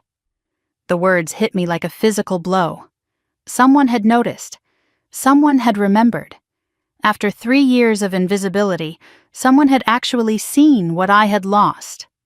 Lindbergh rose from his seat. "We should talk more, Emily Carter. But not here, not with so many ears." He placed something on the table. A business card, simple and elegant, cream-colored stock, black typography. "If you ever want to finish what you started, call me." He walked away before I could respond, leaving me with a card that felt heavier than paper should. I looked at it. Henrik Lindbergh, Chairman, Nordic Investment Trust. Below the printed text, handwritten in precise script, 2 words that made my throat tight. Uppsala remembers. I slipped the card into my purse just as Alexander's voice cut across the room. "Henrik, we should discuss the final terms." Lindbergh did not turn around. He simply raised one hand in a dismissive wave and kept walking toward the Scandinavian delegation. Alexander's face flushed red. For the first time all evening, I saw something crack in his perfect composure. He had been dismissed, publicly, by the man he needed most. His eyes swept the room, searching for the cause, and landed on me. The calculation in his gaze sharpened into something darker. Megan appeared beside my table, breathless and urgent. "What did you say to Lindbergh?" "Nothing. He came to me." "Alexander is furious. He thinks you're sabotaging the deal." "I don't even know what the deal is." Megan grabbed my wrist, her grip tight with desperation. "It doesn't matter what's true. It matters what he believes. Please, Emily, just stay invisible for the rest of the night." She was gone before I could respond, pulled back into Alexander's orbit by invisible strings. I watched her go and felt the atmosphere shift around me. Alexander stood near the head table, speaking to his father in low, urgent tones. Richard's face was grim. Both of them kept glancing in my direction. A decision had been made. I could feel it in the air like the pressure before a storm. Alexander raised his glass, calling for attention. The room quieted. "Before dessert, I thought we might have some entertainment." His eyes found mine across the crowd. The smile on his face was sharp and hungry. "I've been so impressed by my future sister-in-law's linguistic talents. Perhaps she'd indulge us with a demonstration." The trap was set. The room turned to look at me, and I realized with sudden, crystalline clarity that this was the moment I had been waiting for. Not to hide, not to deflect, but to show them exactly who I was. The room shifted its attention to me like a spotlight finding its target. 70 pairs of eyes, champagne glasses frozen halfway to lips, conversations dying mid-sentence. Alexander stood at the center of the room, ringmaster of his own circus, smiling the smile of a man who had already won. "I hope everyone is enjoying the evening," he continued, his voice warm and carrying. "But I thought we might add some intellectual stimulation to the proceedings." He gestured toward me with an expansive wave. "My future sister-in-law, Emily, is a linguist. She studies dead languages, ancient texts, medieval poetry, that sort of thing." A few polite chuckles rippled through the crowd. The setup was working. He was framing the narrative before I could speak a word. "Now, I've always believed that language is the mark of true sophistication. Don't you agree, Henrik?" He turned toward Lindbergh, seeking validation. The older man offered nothing but a neutral nod, giving Alexander no ammunition and no support. Alexander pressed on, undeterred. "I myself studied Swedish during my time in Stockholm. 3 months of intensive immersion. Quite rigorous." He said this with pride, as if 3 months made him an expert, as if a summer program could match years of dedicated study. "So I thought, why not test our resident linguist? See if her academic training holds up against real-world fluency." The framing was clever. He had positioned himself as the practical businessman, me as the ivory tower dreamer. The man of action versus the woman of useless knowledge. Nothing serious, of course. His smile sharpened. Just a bit of fun. But I saw the truth in his eyes. This was not fun. This was not entertainment. This was execution. Richard Wolfe leaned forward in his seat, smirking with anticipation. Clarissa adjusted her emeralds, settling in to watch the show. Only Lindbergh remained impassive, his expression unreadable, watching Alexander with something that might have been disappointment. Or might have been curiosity about what would happen next. Alexander cleared his throat and shifted his posture, assuming the role of cultured polyglot. When he spoke again, it was in Swedish. Kan du vara snäll och hämta mig ett glas vatten? Jag är säker på att du förstår enkla instruktioner. Could you please fetch me a glass of water? I'm sure you understand simple instructions. The Swedish was technically correct but stiff. Textbook phrases delivered with exaggerated precision. To anyone who did not speak the language, it probably sounded impressive. Sophisticated. The words of a man who had truly mastered a foreign tongue. To me, it sounded like a first-year student reading from a phrase book. His pronunciation was off. The tonal accent, that distinctive rise and fall that separated native speakers from tourists, was completely wrong. He stressed the words like an American, flat and heavy, missing the musicality that gave Swedish its character. But none of that mattered to the audience. They did not speak Swedish. They only saw what Alexander wanted them to see. A brilliant man demonstrating his worldly education, a linguist being tested and surely about to fail. Guests exchanged impressed glances. A few laughed nervously, unsure of the rules of this new game. My mother looked confused, lost in a language she could not parse. Megan's face was frozen, pale as fresh snow, her champagne glass trembling almost imperceptibly in her hand. Alexander watched me, waiting for the flinch. The confusion. The humiliation of a woman who could not understand what was being said to her. I gave him nothing. I stood perfectly still, my expression neutral, as if he had commented on the weather. The silence stretched between us. 1 second, 2, 3. His smile flickered. This was not the response he had anticipated. He turned to the audience with a practiced laugh. As I suspected. My future sister-in-law is charming but quite limited. She wouldn't understand a word. The laughter came easier now, louder, emboldened by his confidence. They had been given permission to enjoy this.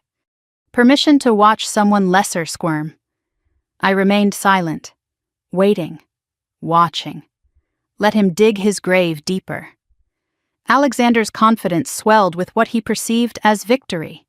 His posture loosened, his smile widened, and his Swedish shifted from stiff formality to open contempt. Hon är verkligen patetisk, eller hur? Den misslyckade systern som ingen bryr sig om. She is truly pathetic, isn't she? The failed sister nobody cares about. He glanced at the Scandinavian delegation, seeking their approval. A few of them shifted uncomfortably in their seats.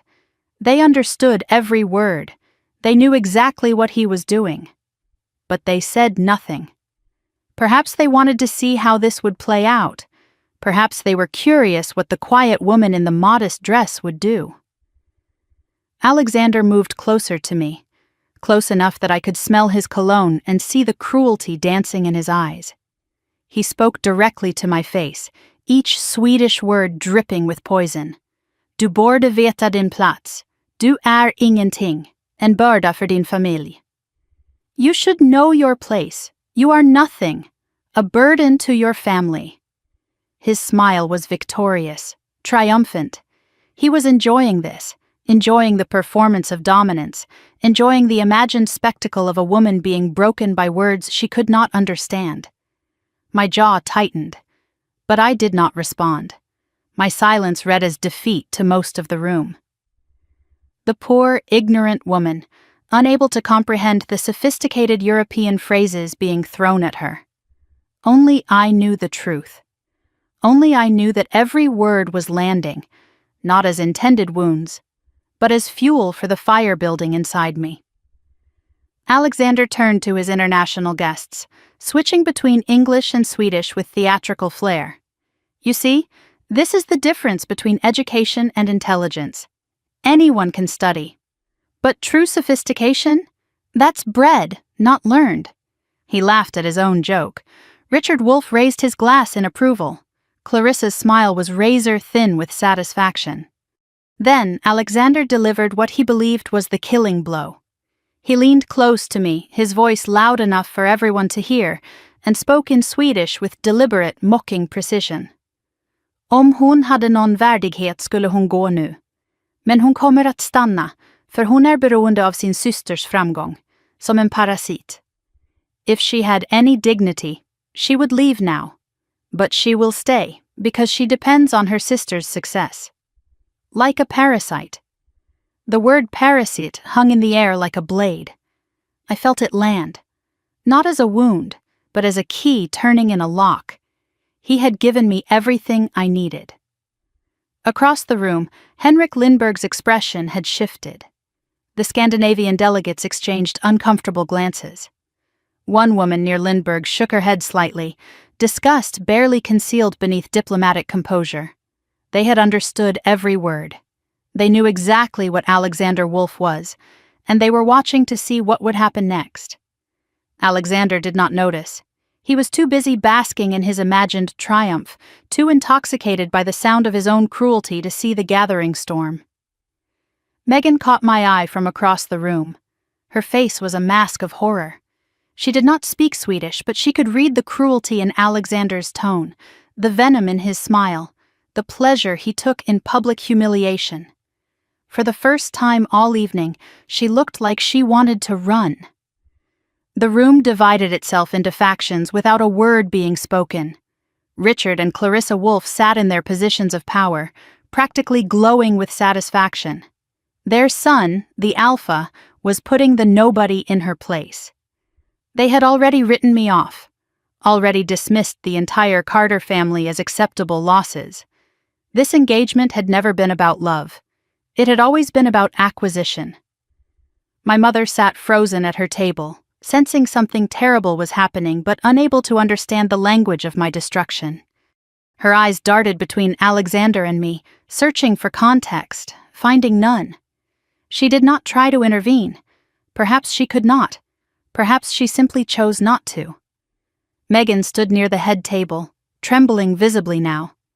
Alexander's hand found her wrist again, that possessive grip I had noticed all evening. He squeezed and she stilled. The message was clear. Stay. Smile. This is none of your concern. She obeyed. Something in her eyes cracked, but she obeyed. And then there was Lindberg. The old man had not moved, had not spoken, had not betrayed any reaction beyond that initial flash of disgust. But his eyes had never left me. He was watching me the way a chess master watches a promising player, not with pity, not with sympathy, but with anticipation. He knew something was about to happen. He was waiting to see what. Near the back of the room, I caught sight of Victoria Chen. The lawyer was watching everything with sharp, calculating eyes. Her hand moved almost imperceptibly toward her pocket. Recording? Documenting? I could not be sure. But I knew one thing with sudden clarity. Whatever happened next, there would be witnesses who remembered the truth. Time stretched in that moment of silence. I stood in the center of Alexander Wolf's world, surrounded by wealth and contempt and the crushing weight of 70 judgments. His words echoed in my mind, each insult a stone added to a pile that was supposed to bury me. Patadisk, mislicked, parasite, pathetic, failed, parasite. I could stay silent, accept the humiliation, walk out with whatever dignity remained and never look back. That was what they expected, what they wanted, the invisible sister, finally proving she deserved her invisibility. But I thought of Megan's trembling hands, of my mother's complicity, of the 3 years I had lost, the fellowship I had surrendered, the life I had sacrificed for a family that had never valued me. I thought of Uppsala, of Professor Erickson and the medieval texts and the snow falling outside my tiny apartment window, of the person I had been before that phone call shattered everything.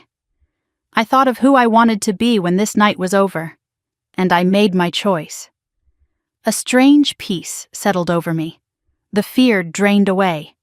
The doubt evaporated. What remained was clarity, crystal, cold, absolute. I knew exactly what I was going to do. I had known all night. I had just been waiting for the right moment. This was the right moment. I drew a slow, deliberate breath. I straightened my spine, assuming the posture I had learned in lecture halls and academic conferences. The posture of a scholar, not a servant. I looked at Alexander. Really looked at him. Past the expensive suit and the polished smile and the billions in his bank account. I saw what he was. A man so terrified of inadequacy that he needed to destroy anyone who revealed it. And then I let him see me. Not the invisible sister. Not the failed academic. Not the woman he had been trying to break for the last 3 hours. The real Emily Carter. Something shifted in the air. Alexander sensed it.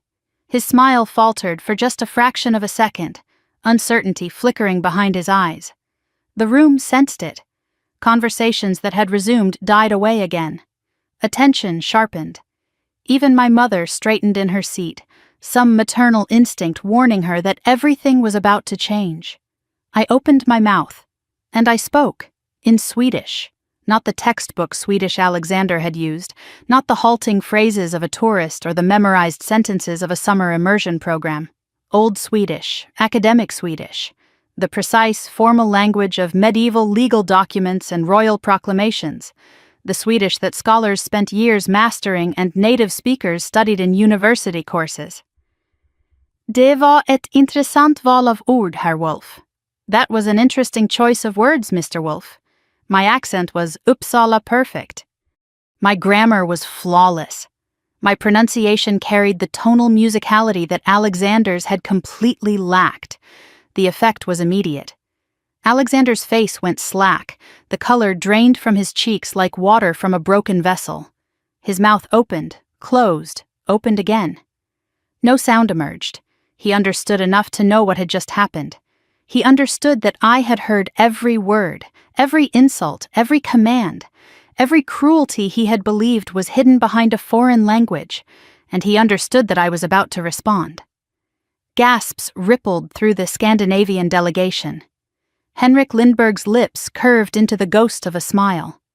Richard Wolff's triumphant expression curdled into confusion. Clarissa's champagne glass tilted dangerously. My mother's hand flew to her mouth. She did not understand the words, but she understood the shift. She understood that her invisible daughter had just become the most visible person in the room. And Megan. My sister stared at me with an expression I had never seen before. Recognition. Realization.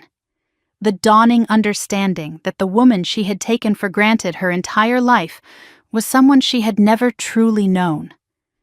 I took a step forward, closing the distance between myself and Alexander. My voice remained calm, measured, each word a blade wrapped in velvet.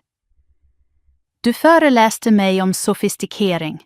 Låt mig då visa dig vad verklig språkkunskap innebär. You lectured me about sophistication. Then let me show you what true linguistic mastery means. Alexander stumbled backward.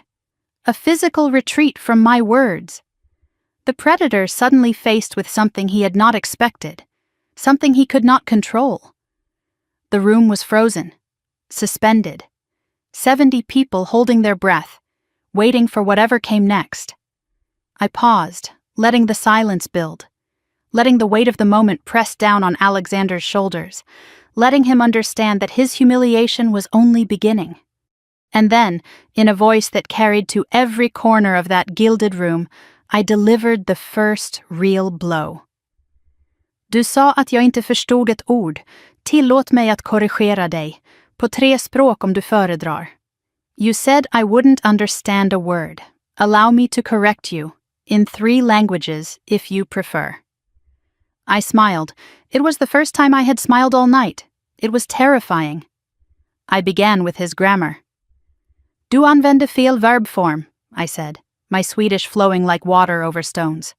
Förstår i detta sammanhang kräver konjunktiv. En form du uppenbarligen aldrig lärde dig. You used the wrong verb form. Understand in this context requires the subjunctive, a form you clearly never learned. The correction was surgical, precise, delivered without emotion, without anger, without any of the venom he had poured into his own words. I was not attacking him. I was educating him. And that was infinitely worse. Alexander's jaw tightened. His eyes darted around the room, searching for an anchor, finding none. He was trying to process what was happening, trying to keep up with words that moved faster than his 3 months of intensive immersion had prepared him for. I continued, shifting to his pronunciation. Och din tonaccent är helt fel. Du betonar orden som en amerikan som läst en frasbok på flygplanet. And your tonal accent is completely wrong. You stress the words like an American who read a phrasebook on the airplane. A ripple of sound moved through the Scandinavian delegation. Not quite laughter, something between recognition and vindication. The sound of people who had been forced to listen politely to Alexander's mangled Swedish all evening, and were finally hearing it named for what it was. Henrik Lindberg's eyebrows rose slightly. Not amusement, respect. The acknowledgement of expertise, recognizing expertise. Alexander's face cycled through colors. Red with embarrassment, white with shock. Then a mottled purple as the humiliation began to sink beneath his skin. But I was not finished. Du kallade mig parasit, I said, letting the word hang in the air between us. Et intressant ordval. You called me parasite. An interesting word choice. I paused, gathering the threads of knowledge I had spent years weaving together. This was the moment. The deep cut. I fornsvenska juridiska texter användes det ordet för att beskriva adelsmän som levde på böndernas arbete. Män som tog utan att ge, som konsumerade utan att producera, som trodde att deras börd gav dem rätt att förakta dem som faktiskt byggde samhället. In old Swedish legal texts, that word was used to describe noblemen who lived off the labor of peasants, men who took without giving, who consumed without producing, who believed their birth entitled them to despise those who actually built society. I let the historical reference land, let the irony sink its teeth into him. Ironiskt, eller hur? Ironic, isn't it? Alexander had no response. He could not respond. He did not even understand the full depth of what I had said. But the Scandinavians did. They understood perfectly. And from their expressions, they appreciated the precision of the blade I had just slipped between his ribs. One of the Swedish delegates leaned toward another and whispered something. I caught the word Uppsala. They were connecting the dots. They were beginning to understand who they were really looking at. I did not announce my credentials. I did not need to. I simply demonstrated them. Om du verkligen vill diskutera språklig sofistikering, I continued, shifting into a more complex register, using constructions that no summer immersion course would ever teach. Låt oss tala om äldre Västgötalagen, den äldsta bevarade lagtexten på svenska. Jag tillbringade 2 år med att studera dess semantiska strukturer. If you truly wish to discuss linguistic sophistication, let us speak of the older Västgöta law, the oldest preserved legal text in Swedish. I spent 2 years studying its semantic structures. The reference was deeply academic, specialized, the kind of knowledge that took years of dedicated study to acquire, the kind that could not be faked or memorized from YouTube videos. Alexander's confusion was complete now. He was catching perhaps half of what I said, if that. His tutors had not prepared him for this. His intensive course had not covered medieval legal terminology. He was a tourist in a language I had made my home. The room was shifting around us. The non-Swedish speakers did not understand my words, but they understood the transformation they were witnessing. My posture had changed. My voice carried authority it had not possessed before. I was no longer the invisible sister, the failed academic, the woman Alexander had tried to humiliate into submission. I was a scholar, and I was teaching a very public lesson. Even my mother, who understood nothing of what I was saying, saw the change. Her eyes were wide, her hand still pressed against her mouth. She was watching her invisible daughter become visible in a way she had never imagined possible. I switched to English, allowing the entire room to hear what came next. I studied at Uppsala University, Department of Scandinavian Languages. My specialty was medieval linguistic evolution and legal terminology. The words fell into the silence like stones into still water. I left 3 years ago, not because I failed. I paused, letting the weight of the statement settle. Because my family needed me. My eyes found Megan across the room. My sister, my baby sister. The girl I had sacrificed everything for. Some of us make sacrifices.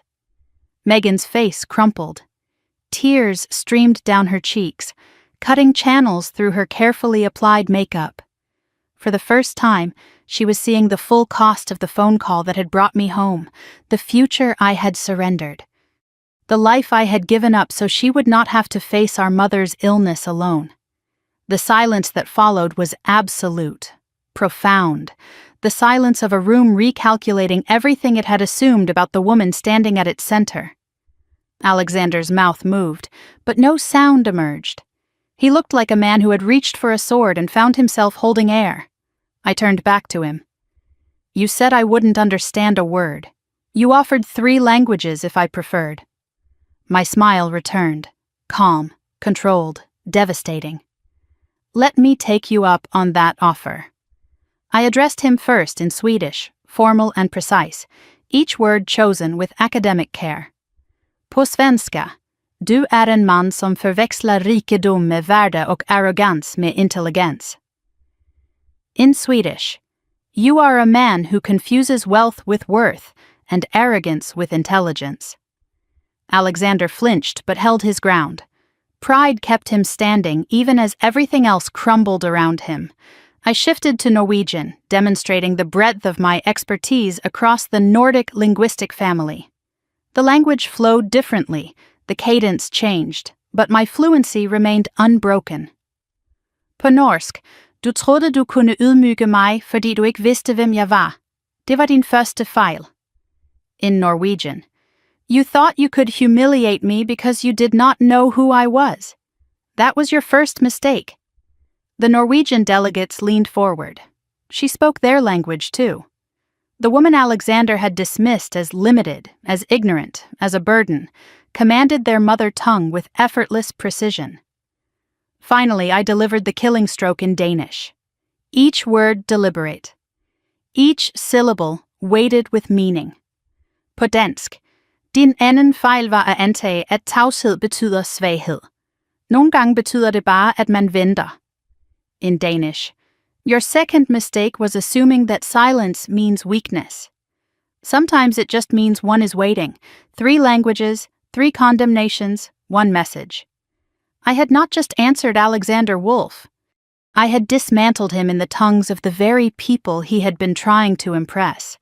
I had proven myself not merely competent, but superior, not merely educated, but masterful. And I had done it without raising my voice, without anger, without stooping to his level. I returned to English for my final words to him. I don't need to prove my intelligence to you, Alexander. I never did. I looked at him with something that might have been pity if I had allowed myself to feel it. You just proved yours to everyone in this room. The silence stretched for 3 heartbeats, the room suspended in the aftermath of what they had witnessed. Then, Henrik Lindberg rose from his seat and began to clap. The sound was slow, deliberate, each impact of palm against palm echoing through the hall like a gavel falling. This was not enthusiastic applause. It was something more powerful. It was judgment rendered, verdict delivered. Other Scandinavian delegates rose to join him. One by one, they added their hands to the rhythm. The Norwegian investors, the Danish businessmen, the Swedish bankers, all standing, all applauding, all acknowledging what had just occurred. The sound built, not into a standing ovation, but into something more meaningful, a recognition, a validation, a welcome into a world Alexander had tried to bar me from. American guests exchanged uncertain glances. The social calculus was shifting in real time. The woman they had dismissed as nobody was being honored by the most important people in the room. In this world, status was everything. And mine had just changed. Richard Wolf's face had gone gray. His son had humiliated himself in front of the man the family needed most. The deal, the evening, the carefully constructed image of Wolf excellence was crumbling before his eyes. Clarissa Wolf's champagne glass hung forgotten in her hand. Her practiced composure had finally cracked. She looked for the first time all evening like someone who did not know what to do next. And my mother. Patricia Carter sat in her chair with tears streaming down her face. But these were not tears of embarrassment or fear. She was looking at me like she was seeing a stranger, like she was realizing, far too late, that the daughter she had dismissed for years was someone extraordinary, someone she had never bothered to know. I could have destroyed him further. Standing in the center of that room, with the applause of powerful men still ringing in the air, I had everything I needed to reduce Alexander Wolf to rubble. His cruelty had been witnessed. His ignorance had been exposed. I could have listed every insult, translated every degrading word he had spoken, painted a complete picture of the small, petty man hiding behind his billions. The temptation was real. The anger was real. But I thought of my father, a quiet man who had taught me that strength was not measured by how hard you hit, but by knowing when not to swing. A man who had shown me, through a lifetime of small examples, that grace under pressure was worth more than vengeance. I thought of who I wanted to be when this night ended, and I made my choice. I didn't come here tonight to prove anything, I said, my voice carrying across the silent room. I came to celebrate my sister's engagement. I looked at Alexander, meeting his shell-shocked gaze with composure. I have no interest in humiliating you, Alexander. You've done that yourself. A pause. Then, softer. I'm going to get some air. When I come back, I hope we can all remember why we're actually here. I turned and walked toward the terrace doors. Not fleeing, not retreating, choosing to exit with the dignity he had tried to strip from me. The room watched me go. There was no satisfaction in my posture, no triumph in my stride. Just a woman who had proven her worth and did not need applause to confirm it. That restraint, I would learn later, impressed the room more than any finishing blow could have. Henrik Lindberg nodded slowly as I passed, and in his eyes I saw the recognition of a decision made. Whatever he had been considering about Emily Carter, my choice to walk away with grace had settled it. I reached the terrace doors. My hand touched the cool metal of the handle. I was almost free. Then Alexander's voice cut through the silence. "Don't you dare walk away from me."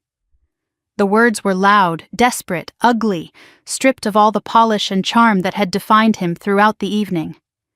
I turned back. Alexander was striding toward me, finger pointing like a weapon. His face was contorted with rage, the mask completely shattered now, revealing the petulant, wounded creature beneath. "You think you can embarrass me in my own party and just leave?" He stopped a few feet away, chest heaving, eyes wild with something that looked almost like panic. "You planned this. You came here to sabotage me." The accusation was irrational, wild, the desperate flailing of a man watching his carefully constructed world collapse around him. He turned to the room, seeking allies he no longer had. "Don't you see what she's doing? She's trying to ruin the Lindbergh deal." His voice rose, cracking at the edges. She probably researched everything, memorized phrases to make herself look smart. He was grasping now, spinning narrative from thin air, trying to rewrite what everyone had just witnessed. This isn't about language, this is corporate espionage. A few guests shifted uncomfortably. Accusations like that carried weight in this world. Even false ones could cause damage. Richard Wolf stepped forward, placing himself beside his son, backing the narrative. Alexander raises a valid point. How did she know about the Nordic connections? Clarissa joined the formation.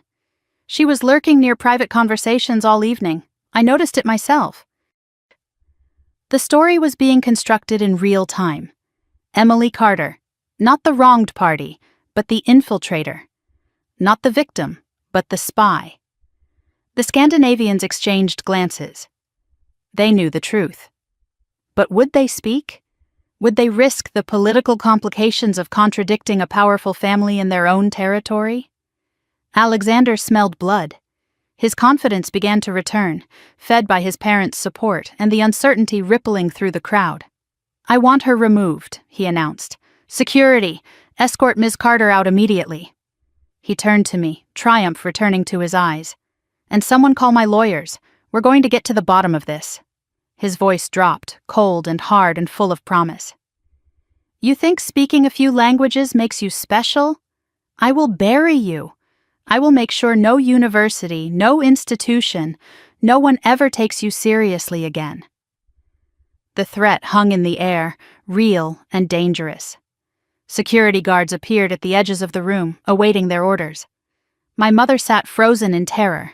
Megan stood paralyzed between her fiancé and her sister. And I stood alone, facing a billionaire's fury with nothing but the truth on my side. Then a voice cut through the chaos. Clear, calm, absolute. "Mr. Wolf." Henrik Lindberg had not sat back down after his applause. He stood near the head table, his posture relaxed, his expression carved from Arctic ice. "I think you should stop talking now." Alexander wheeled toward him. "Henrik, I told you, this is a family." "I know exactly what this is," Lindberg interrupted.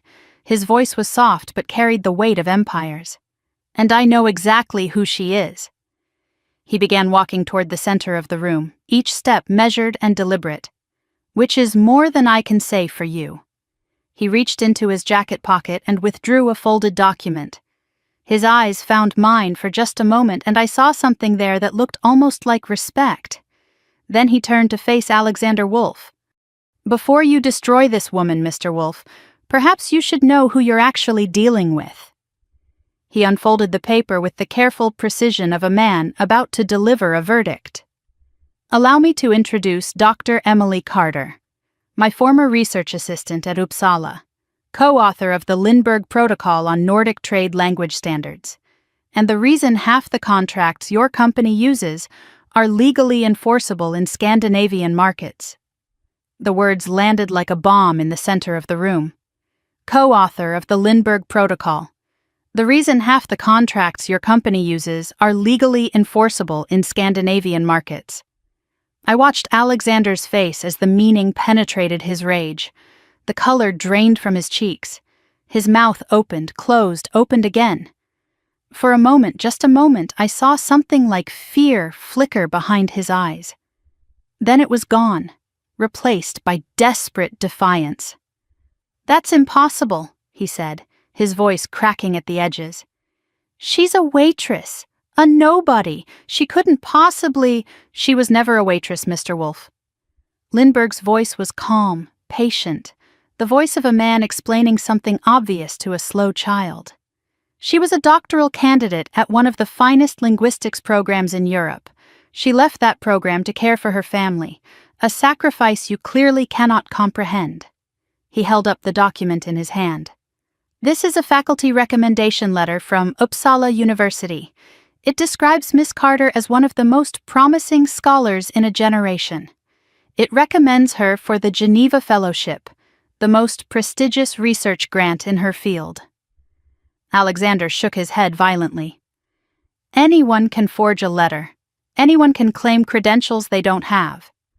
"I received this letter personally," Lindberg continued, unmoved by the interruption. "Professor Eriksson sent it to me 3 years ago when I was seeking candidates for the Nordic Cultural Foundation.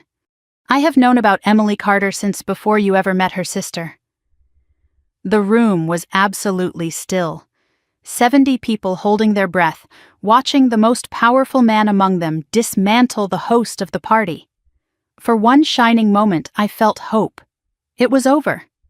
Lindberg had spoken. The truth was out. Alexander would have to accept defeat. I should have known better.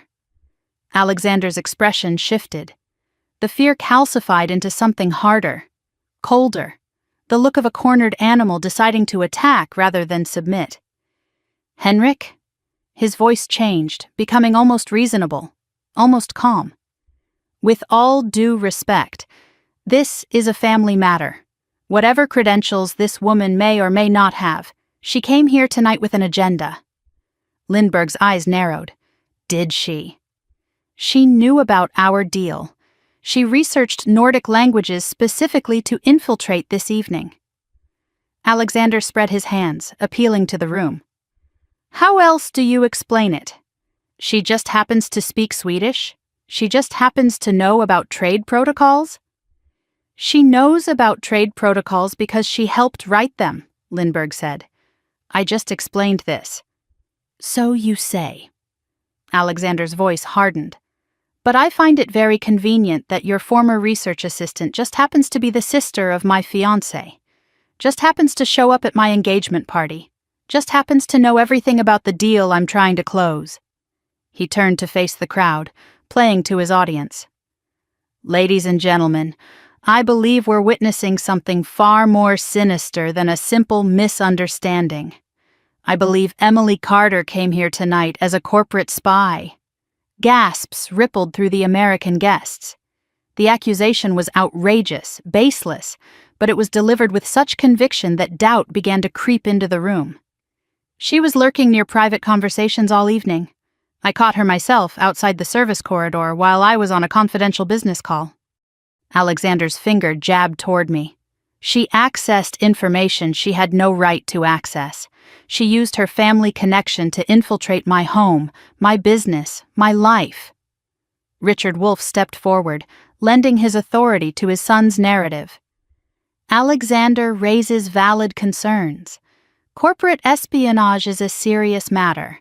The timing of all this is certainly suspicious. I agree, Clarissa added, her voice dripping with false concern. I noticed her behavior all evening, always watching, always listening. Something was clearly wrong. The story was being constructed in real time. Brick by brick, they were building a wall of accusation around me. And I could see it working. The American guests, who had no loyalty to Lindbergh and every reason to curry favor with the Wolffs, were nodding along. The narrative was shifting. Alexander pressed his advantage. Let's examine the facts, he said, his voice taking on the confident cadence of a prosecutor. This woman claims she studied in Sweden. Convenient. This woman claims she worked on trade protocols. Convenient. This woman speaks the exact languages needed to understand my private business discussions. Very convenient. He laughed, a sharp, ugly sound.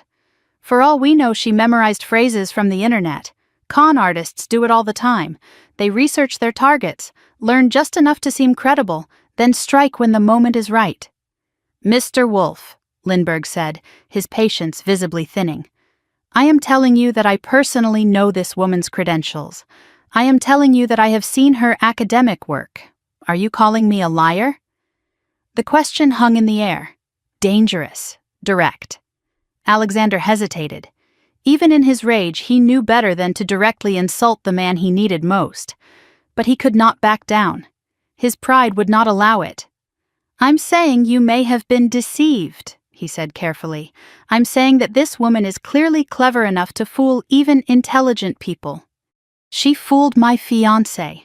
She fooled her own mother. Why not a respected businessman who met her briefly 3 years ago? He turned to the security guards who had appeared at the edges of the room. I want her removed from this property immediately. And I want a full investigation into how she obtained access to proprietary information. His eyes found mine, blazing with triumph and hatred. You picked the wrong family to target, Emily Carter. I will bury you. I will make sure no university, no institution, no one ever takes you seriously again. By the time my lawyers are finished, you won't be able to get a job teaching kindergarten. The threat was real. He had the money to make it happen. He had the connections, the resources, the sheer vindictive will to destroy someone who had embarrassed him, and I was standing alone against all of it. Lindbergh opened his mouth to respond, but Richard Wolff cut him off. Henrik, please. Richard's voice was smooth, conciliatory, the voice of a man trying to salvage a business relationship. This is clearly a complicated situation. Why don't we discuss it privately? away from all these witnesses. I'm sure we can come to an understanding. It was a bribe wrapped in politeness, an offer to make the problem disappear if Lindbergh would just stop making things difficult. Lindbergh's expression did not change. There is nothing to discuss privately, Richard. Your son has just accused an innocent woman of crimes she did not commit, in front of dozens of witnesses. That is not something I am willing to overlook. Innocent? Alexander laughed. She humiliated me in front of my guests. She sabotaged my engagement party. She responded to your insults in the language you chose to deliver them, Lindbergh interrupted. Nothing more, nothing less. If you feel humiliated, Mr. Wolf, I suggest you examine who is truly responsible for that humiliation. The rebuke was surgical, but Alexander was beyond hearing reason now. His world was crumbling, and he needed someone to blame. Remove her, he commanded the security guards. Now. The guards hesitated, looking between Alexander and Lindbergh, unsure whose authority to obey.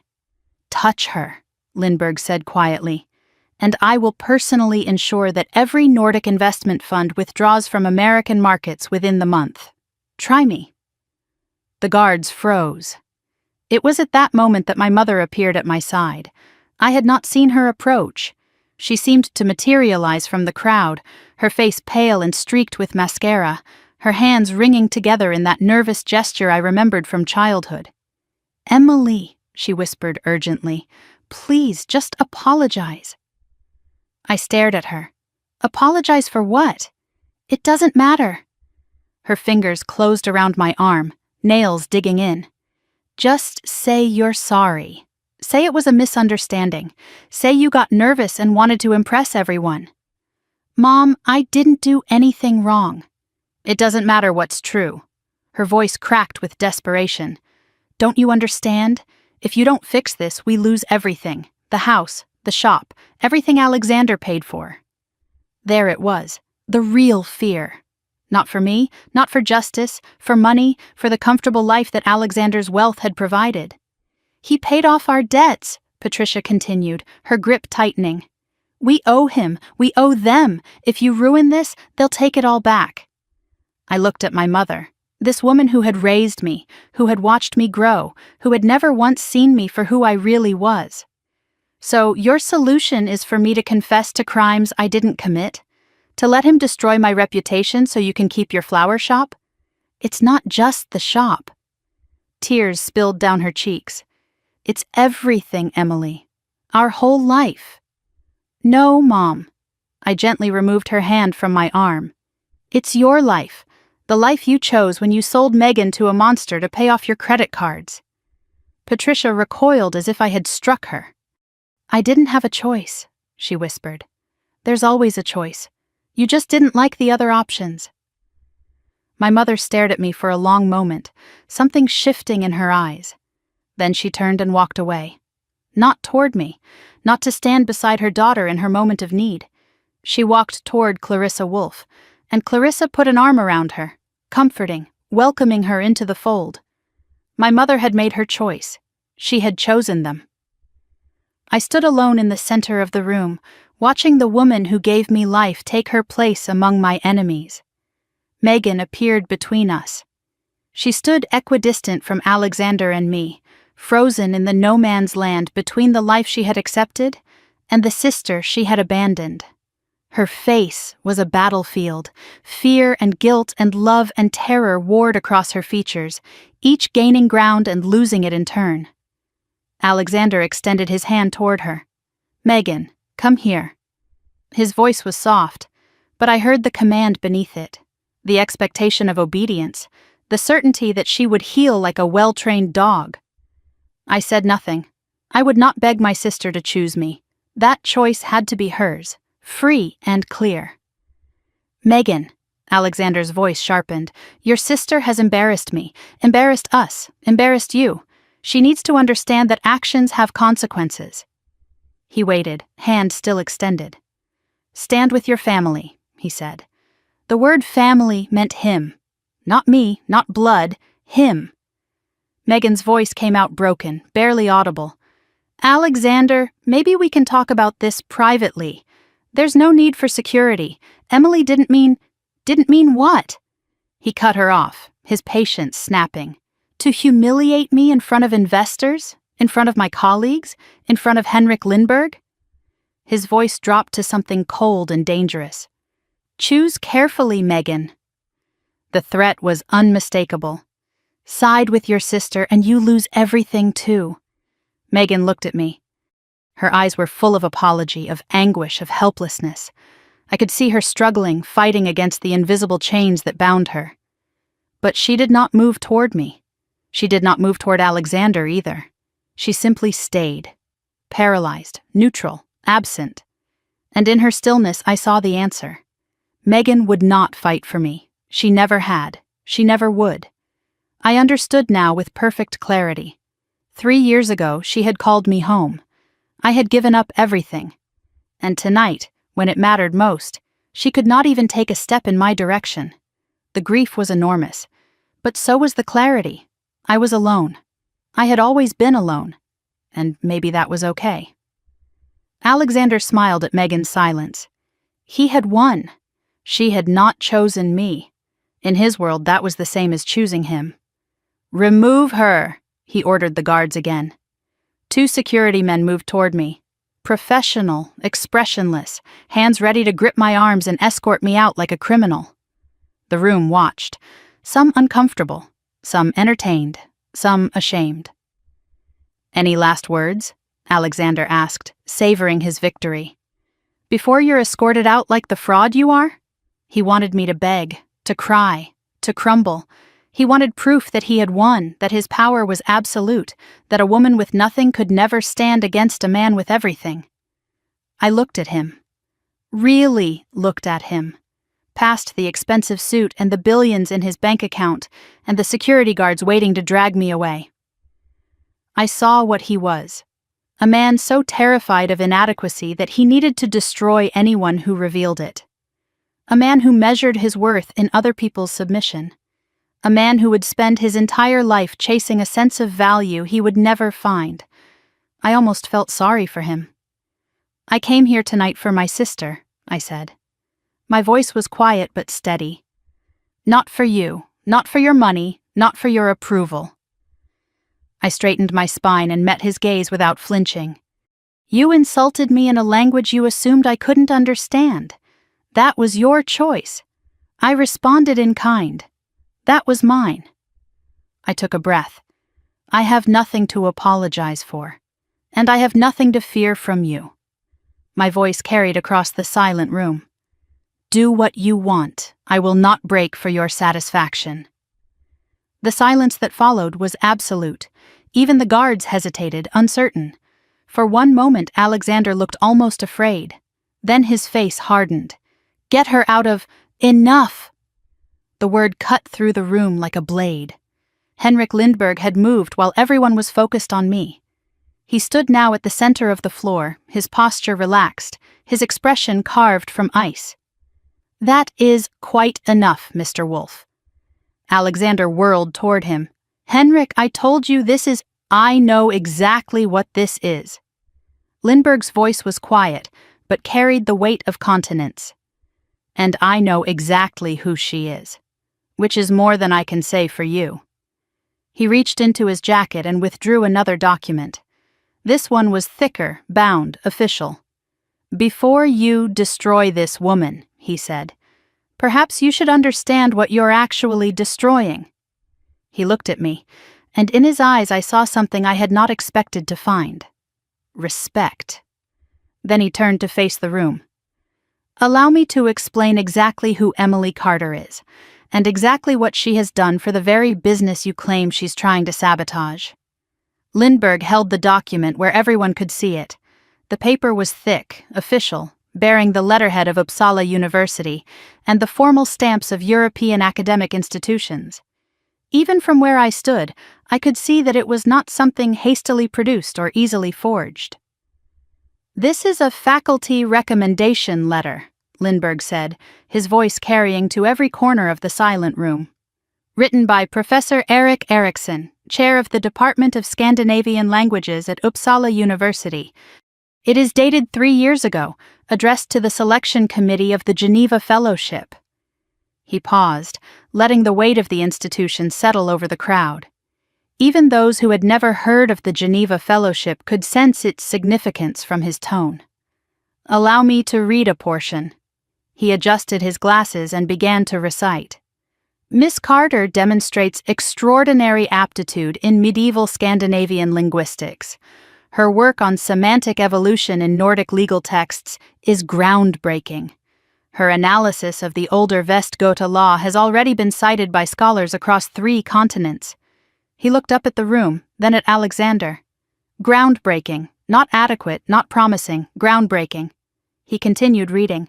"She is, without reservation, the finest student I have supervised in 30 years. Her departure from our program would be a significant loss to the field of linguistic scholarship." The words landed like stones in still water. Ripples of reaction spread through the crowd, murmurs, shifting postures, the recalculation of everything they had assumed about the woman in the modest dress. I stood frozen, hearing my former life described by someone I had never met speaking about a letter I had never read. Professor Erickson had believed in me that much, had fought for me that much, and I had walked away without ever knowing. The grief of what I had lost, mixed with the unexpected validation of what I had been. My eyes stung, but I would not cry, not here, not now. Alexander's face had gone through several transformations during Lindbergh's reading: confusion, doubt, horror. Now it settled into desperate defiance. "That letter could be fabricated," he said, his voice lacking its earlier conviction. "Anyone can forge academic credentials. It doesn't prove anything." Lindbergh's eyebrow rose a fraction of an inch. "Fabricated? I received this letter personally, Mr. Wolf. Professor Erickson sent it to me when I inquired about promising candidates for a research position at the Nordic Cultural Foundation." He folded the letter carefully and returned it to his pocket. "I have known about Emily Carter for 3 years. I was disappointed when she withdrew from consideration. The academic world lost one of its brightest minds." His eyes found mine for a moment. "Now I understand why she left. Family obligations, sacrifice, concepts you seem unfamiliar with." Alexander shook his head, grasping for purchase on a narrative that was slipping away from him. "Fine, she was a good student. That still doesn't explain how she knew about my business dealings, how she knew about the Nordic protocols." "Ah," Lindbergh reached into his jacket again. "I was hoping you would ask about that." He produced a second document. This one was bound, thicker, more official-looking. The cover bore a title I recognized instantly, though I had not seen it in 3 years.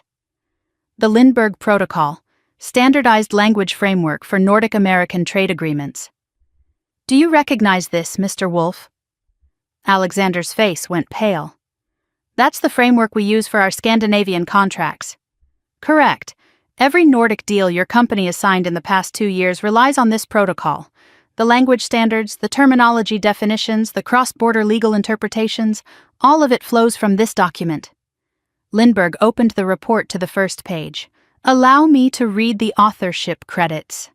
His voice was almost gentle now, the gentleness of a man delivering a killing blow. Primary author, Henrik Lindbergh, Nordic Investment Trust. Contributing author, Dr. Emily Carter, Uppsala University, Department of Scandinavian Languages. The room erupted, not in applause or protest, but in the chaotic murmur of 70 people suddenly realizing that everything they thought they knew was wrong. The woman Alexander had called a parasite, a fraud, a burden, had literally written the rules his company depended on. "That's impossible," Alexander whispered. But the fight had gone out of his voice. Lindbergh addressed the room at large, his tone shifting into that of a lecturer explaining something fundamental. 3 years ago, my foundation commissioned a study on linguistic barriers in international trade law. The problem was significant. Contracts written in English often lost crucial nuances when translated into Nordic languages. Legal disputes arose from simple misunderstandings of terminology. He gestured toward me. We needed someone who understood both medieval legal terminology and modern contract language. Someone who could trace the evolution of words across centuries and explain why a term that meant one thing in 14th century Swedish might mean something entirely different in 21st century Norwegian. There was only one candidate qualified for the work, Emily Carter. He let that sink in. She completed the research in 8 months, ahead of schedule, under budget. The protocol was implemented across 17 countries. It has facilitated over $4 billion in trade agreements. $4 billion. The number hung in the air, impossible to ignore. Every contract you have signed with Nordic partners uses language frameworks that Emily Carter developed, Lindberg continued, turning back to Alexander. The very deal you are trying to close with me tonight would not exist without her work. He paused, and when he spoke again, his voice was sharp as a blade. You called her a parasite, a fraud, a burden to her family. Each word was precise, deliberate, devastating. She is the foundation your empire stands on, and you did not even know her name. Alexander's mouth opened. No sound emerged. For the first time all evening he had no words, in any language. The room waited in stunned silence. Lindberg was not finished.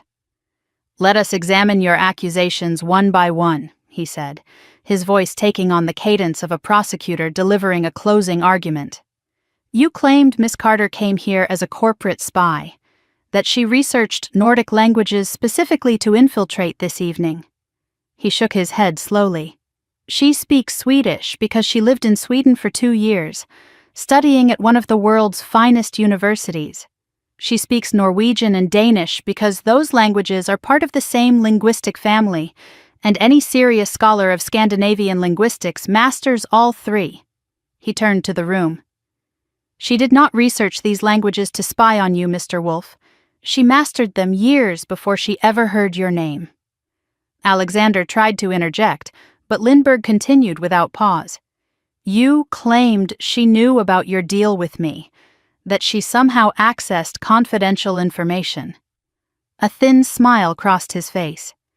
She knew nothing about our deal until tonight. I approached her. I recognized her name from the protocol she helped write. I was curious whether the brilliant scholar I had read about was the same woman your fiancé's sister turned out to be. He looked at me. I found that she was. And I found something else as well. I found a woman who had given up everything for her family, who had sacrificed her career, her fellowship, her entire future because her sister called and said she needed help. His voice softened. Miss Carter did not come here to sabotage you. She came here to support her sister's engagement. The only reason she is standing in this room is because she loves her family more than she loves herself. He turned back to Alexander. Can you say the same? The silence that followed was absolute. You called her a fraud, Lindberg continued. You suggested her credentials were fabricated, memorized from YouTube, I believe you said. His contempt was barely concealed now. Miss Carter's dissertation research is cited in 14 academic journals. Her work is used by 3 Scandinavian governments. The language standards she developed are taught in universities across Europe. He stepped closer to Alexander. She is not a fraud, Mr. Wolf. She is one of the most accomplished young linguists in her field. The only fraud in this room is the man who pretended 3 months of language classes made him an expert. The words hit like physical blows. Alexander flinched with each one. You called her pathetic, failed, a burden to her family. Lindberg's voice went quiet, but it carried further than any shout. Miss Carter left Uppsala at the height of her career. She gave up the Geneva Fellowship, an opportunity most scholars would sacrifice anything for, because her sister called and said she was needed. He looked at Megan, still frozen between worlds, then at Patricia, standing with the wolves. She sacrificed everything for the people in this room, and this is how they repay her. The observation hung in the air, an indictment of everyone who had failed me. I have heard enough accusations tonight, Lindberg said finally. Now let me offer one of my own. His eyes locked on Alexander. You, Mr. Wolf, are a bully, a petty, insecure man who tears others down because you cannot build yourself up. You thought you were exposing her tonight. Instead, you exposed yourself. Richard Wolff's face had gone from gray to purple during Lindbergh's speech. He had been watching his son's reputation and his company's future disintegrate in real time. When Lindbergh finished, Richard stepped forward, but not to support Alexander. His expression was that of a man watching everything he had built collapse into rubble. Lindbergh turned to address the room at large. I came here tonight prepared to finalize a $200 million investment in Wolff Capital's Nordic expansion. The number sent a ripple through the crowd. $200 million. The kind of money that changed companies, changed lives. That investment is now withdrawn. Alexander lunged forward. Henrik, wait. Let's discuss this privately. Whatever you want, whatever terms. Lindbergh raised a hand, stopping him mid-sentence. There is nothing to discuss, Mr. Wolff. His voice was ice. I do not invest in companies led by men who humiliate women for sport. I do not partner with people who accuse innocent parties of crimes to cover their own embarrassment.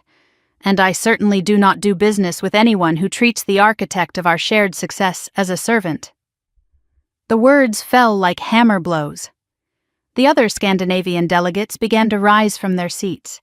One by one they moved toward the exit. A Swedish banker paused beside Lindbergh. We stand with Henrik. The Nordic consortium withdraws its interest. A Norwegian investor added his voice. Our firm as well. This behavior is unacceptable in any business context. The exodus was quiet but devastating. Hundreds of millions of dollars walking out the door. The future Alexander had been building evaporating before his eyes. You can't do this, Alexander said, his voice cracking. You need us. The American market. Lindbergh paused at the door. The American market has other partners, Mr. Wolff. Partners who understand that character matters more than capital. He nodded once, formally. Good evening. The Scandinavians filed out, leaving devastation in their wake. The door closed behind them with a soft click that somehow sounded like a thunderclap. The moment the Europeans were gone, Richard Wolff turned on his son. You arrogant fool. His voice was low but savage, cutting through the stunned silence. Do you have any idea what you've done? Alexander seemed to shrink before his father's fury. Dad, I didn't know. You didn't know because you didn't care to know. Richard's voice cracked like a whip. You never research. You never prepare. You just assume you're the smartest person in every room you enter. He advanced on his son, finger jabbing. 200 million, gone. Because you couldn't control your ego for one evening.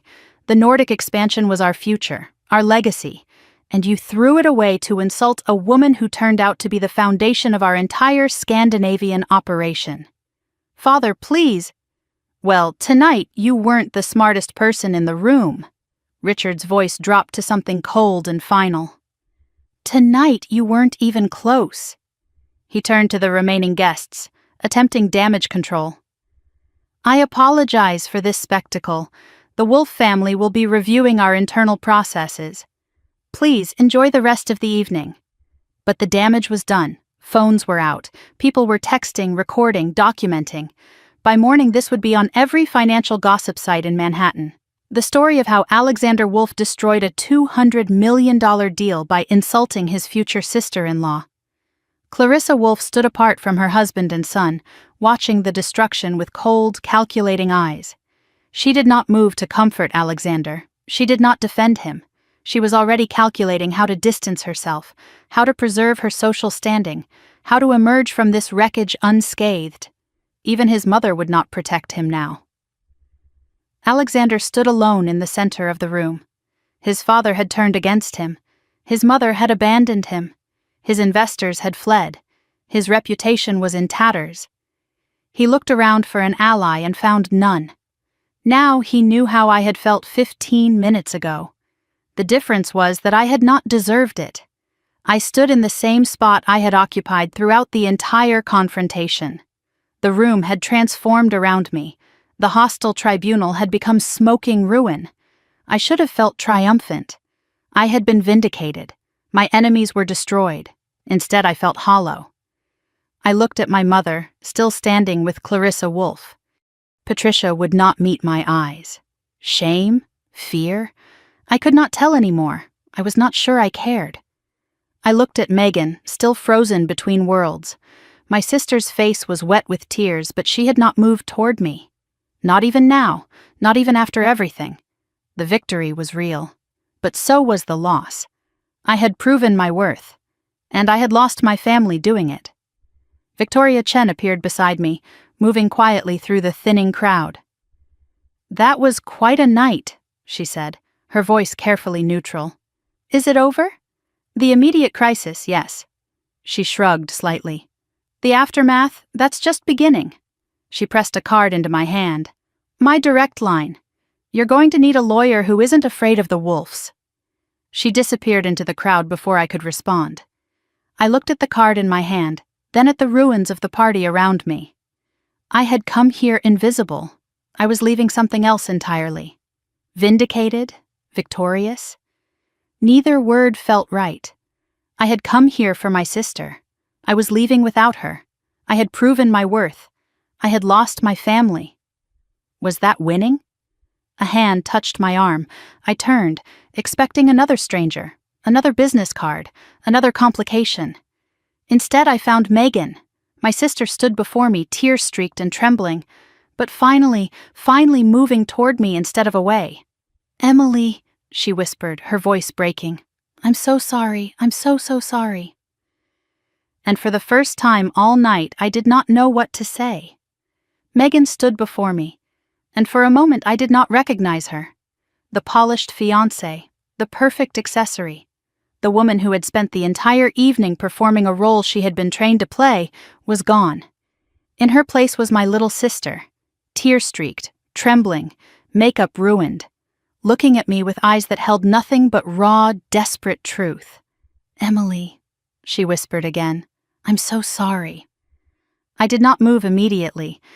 Part of me wanted to embrace her, to forgive instantly, to pretend that the years of distance and the wounds of this evening could be erased with a single apology. But another part remembered. The bathroom where she had accused me of jealousy. The frozen silence when Alexander attacked me. The paralysis when I needed her most. "Sorry for what, Megan?" My voice was not cold, just careful. I needed to know which wound she was apologizing for. There were so many to choose from. Her hands twisted together, that nervous gesture I remembered from our childhood. "For everything. For tonight. For letting him treat you like that." She swallowed hard. "For 3 years ago. For calling you home. For not telling you why I really needed you." Something shifted in my chest. "What do you mean, really needed you?" Megan's eyes dropped to the floor. When she spoke, her voice was barely audible. "I was already with Alexander then. We'd been together for 6 months." She took a shaky breath.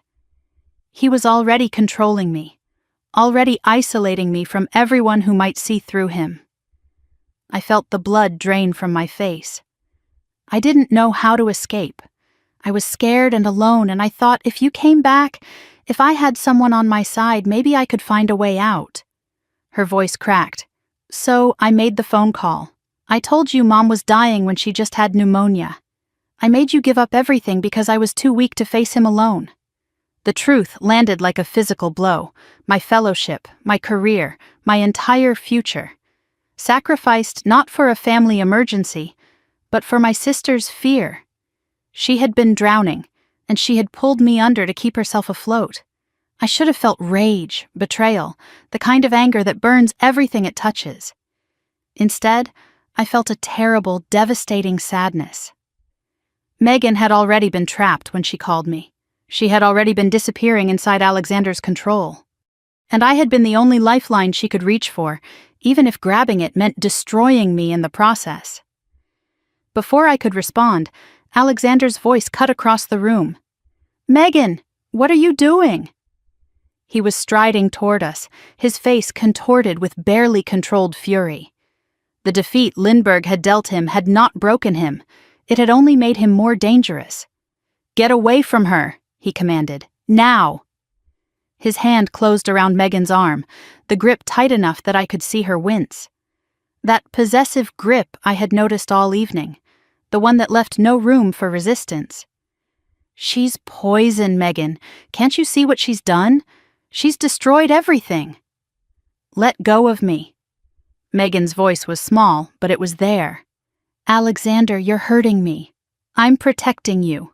His voice rose, cracking at the edges. From her, from all of them. They don't understand what I've built, what we've built together. What we've built. Something sparked in Megan's eyes. I don't even know who I am anymore. You've controlled every part of my life for 3 years. What I wear, who I talk to, what I'm allowed to say. I was helping you, Alexander insisted. Guiding you. You were nothing before me. Your family was drowning in debt. Your mother was about to lose everything. I saved you. You bought me. The words came out flat, final. You paid off debts, and then you owned us. All of us. Alexander's face twisted into something ugly. Bought you. I made you. His voice dropped to a hiss. Your dress? I paid for it. Your jewelry? I chose it. Your entire life? I created it. Without me, you're nothing. Your family is nothing. You'd still be selling flowers from a strip mall and begging creditors for more time. The mask had finally shattered completely. The charming billionaire, the sophisticated host, the cultured polyglot, all of it stripped away. What remained was a petulant, wounded child who could not stand being told no. The room watched in horrified silence. This was not the Alexander Wolf they knew. This was the monster he had always been, finally visible to everyone. My mother gasped from across the room. Even she, who had chosen money over her daughter, flinched at what Alexander had become. Something shifted in Megan's expression. The fear was still there, but something else rose above it.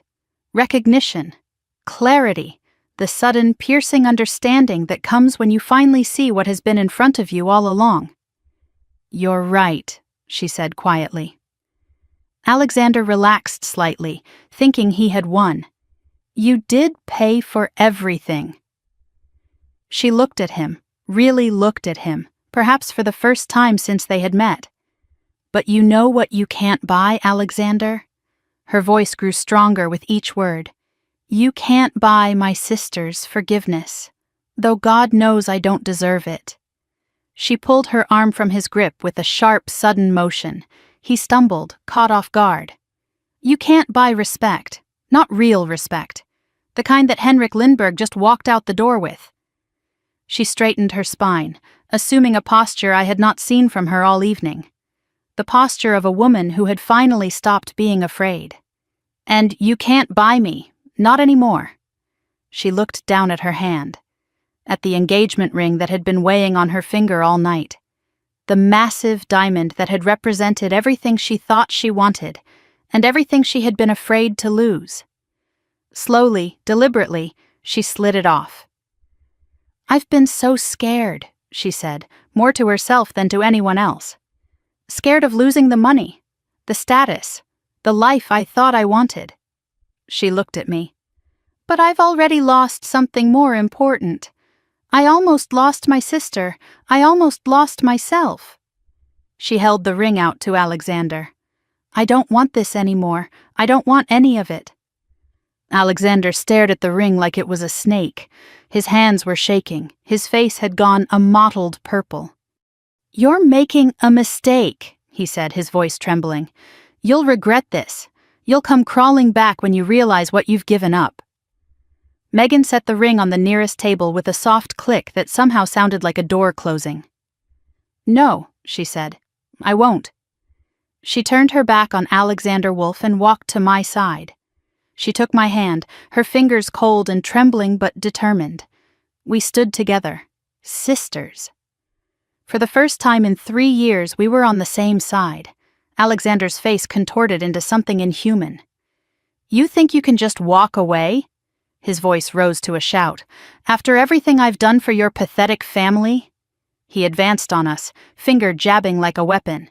I will destroy you, both of you. The debts are still in your mother's name. I can call them in tomorrow. One phone call and she loses everything." His voice cracked with rage. "The flower shop? I own the building's lease. One signature and she's on the street." He turned his fury directly on me. "And you, the academic, the linguist. I will make sure no university, no institution, no one ever hires you again. I have lawyers, I have connections. I have more money than your entire family will see in 10 lifetimes." He was screaming now, all pretense of civility gone. "You think tonight was bad? This is nothing. I will make your lives a living hell." The remaining guests shifted uncomfortably. Some edged toward the exits. This was no longer a party, it was a breakdown, a man coming apart at the seams in front of everyone who mattered. I stepped forward, positioning myself slightly in front of Megan. My voice was quiet, steady, the calm at the eye of the storm. "Are you finished?" Alexander sputtered. "What?" "I asked if you're finished, because I'd like to respond." He stared at me, momentarily thrown by my composure. "You came here tonight with everything," I said. "Money, power, a beautiful fiancé, the respect of your peers, the most important deal of your career." I gestured at the ruins around us, the empty tables, the departed investors, his furious father, his calculating mother. "And now, look around you." My voice carried across the silent room. "Your deal is gone. $200 million walked out the door. Your reputation is destroyed. By morning, every financial gossip site in Manhattan will be running this story. Your family is ashamed of you. Your father just called you an arrogant fool in front of everyone, and your fiancé just gave back your ring." I met his eyes without flinching. "I didn't do that, Alexander. You did. Every bit of it." I let the words sink in. "You destroyed yourself. I just watched." Alexander's hand rose. Not quite a fist, but close. The room gasped. For one terrible moment, everyone believed he might actually strike me. I did not move. I did not flinch. I looked at him with something that might have been pity. "Go ahead," I said quietly. "Give them one more reason to remember who you really are." His hand trembled in the air between us. The moment stretched, elastic and dangerous. Then Richard Wolff's voice cut through the tension. "Alexander, enough." Richard strode forward, his face carved from stone. He did not look at his son with love or concern. He looked at him with disgust. "Security," Richard commanded. "Escort my son to the private lounge. He needs to calm down." Alexander wheeled on his father. "You're taking her side, after everything she's done?" "There are no sides left to take." Richard's voice was ice. "There's only damage control, and right now, you are the damage." 2 security guards approached Alexander, the same guards who had been ready to escort me out 15 minutes earlier, the same guards who had awaited his orders to remove me like a criminal. "Sir," one of them said, "please come with us." Alexander looked around wildly, searching for an ally, finding none. "This isn't over," he said, his voice cracking. "None of this is over." But the words had lost their power. He sounded like what he was, a beaten man making empty threats because he had nothing else left. The guards guided him toward the back rooms. He went, not quietly, but inevitably. The monster had been removed from his own party. The irony was not lost on anyone. Richard Wolff turned to the remaining guests. "I apologize for this evening's events. Please enjoy the refreshments. Cars will be called for anyone who wishes to leave." It was a dismissal disguised as hospitality. People began gathering their things, murmuring to each other. The engagement party was over. The engagement was over. Only wreckage remained. Clarissa Wolff approached my mother with calculated purpose. Her voice was crisp, businesslike. "Patricia, we need to discuss the financial arrangements, privately." My mother looked at Megan and me. For one moment I thought she might stay, might finally choose her daughters over her debts. Then she followed Clarissa toward the private rooms, like a woman walking to her own sentencing. I watched her go and felt something close to peace. She had made her choice. She would have to live with it. Megan squeezed my hand. Should we go after her? No. I turned to face my sister. This is between Mom and them now. Megan's face crumpled with guilt. I did this. I brought Alexander into our family. I let him do all of this. Stop. I gripped her shoulders, forcing her to meet my eyes. You were a victim, too. We all were, in different ways. The only person responsible for Alexander's behavior is Alexander. How can you forgive me? Her voice broke. After what I did, calling you home, letting you sacrifice everything, standing there like a coward while he tried to destroy you?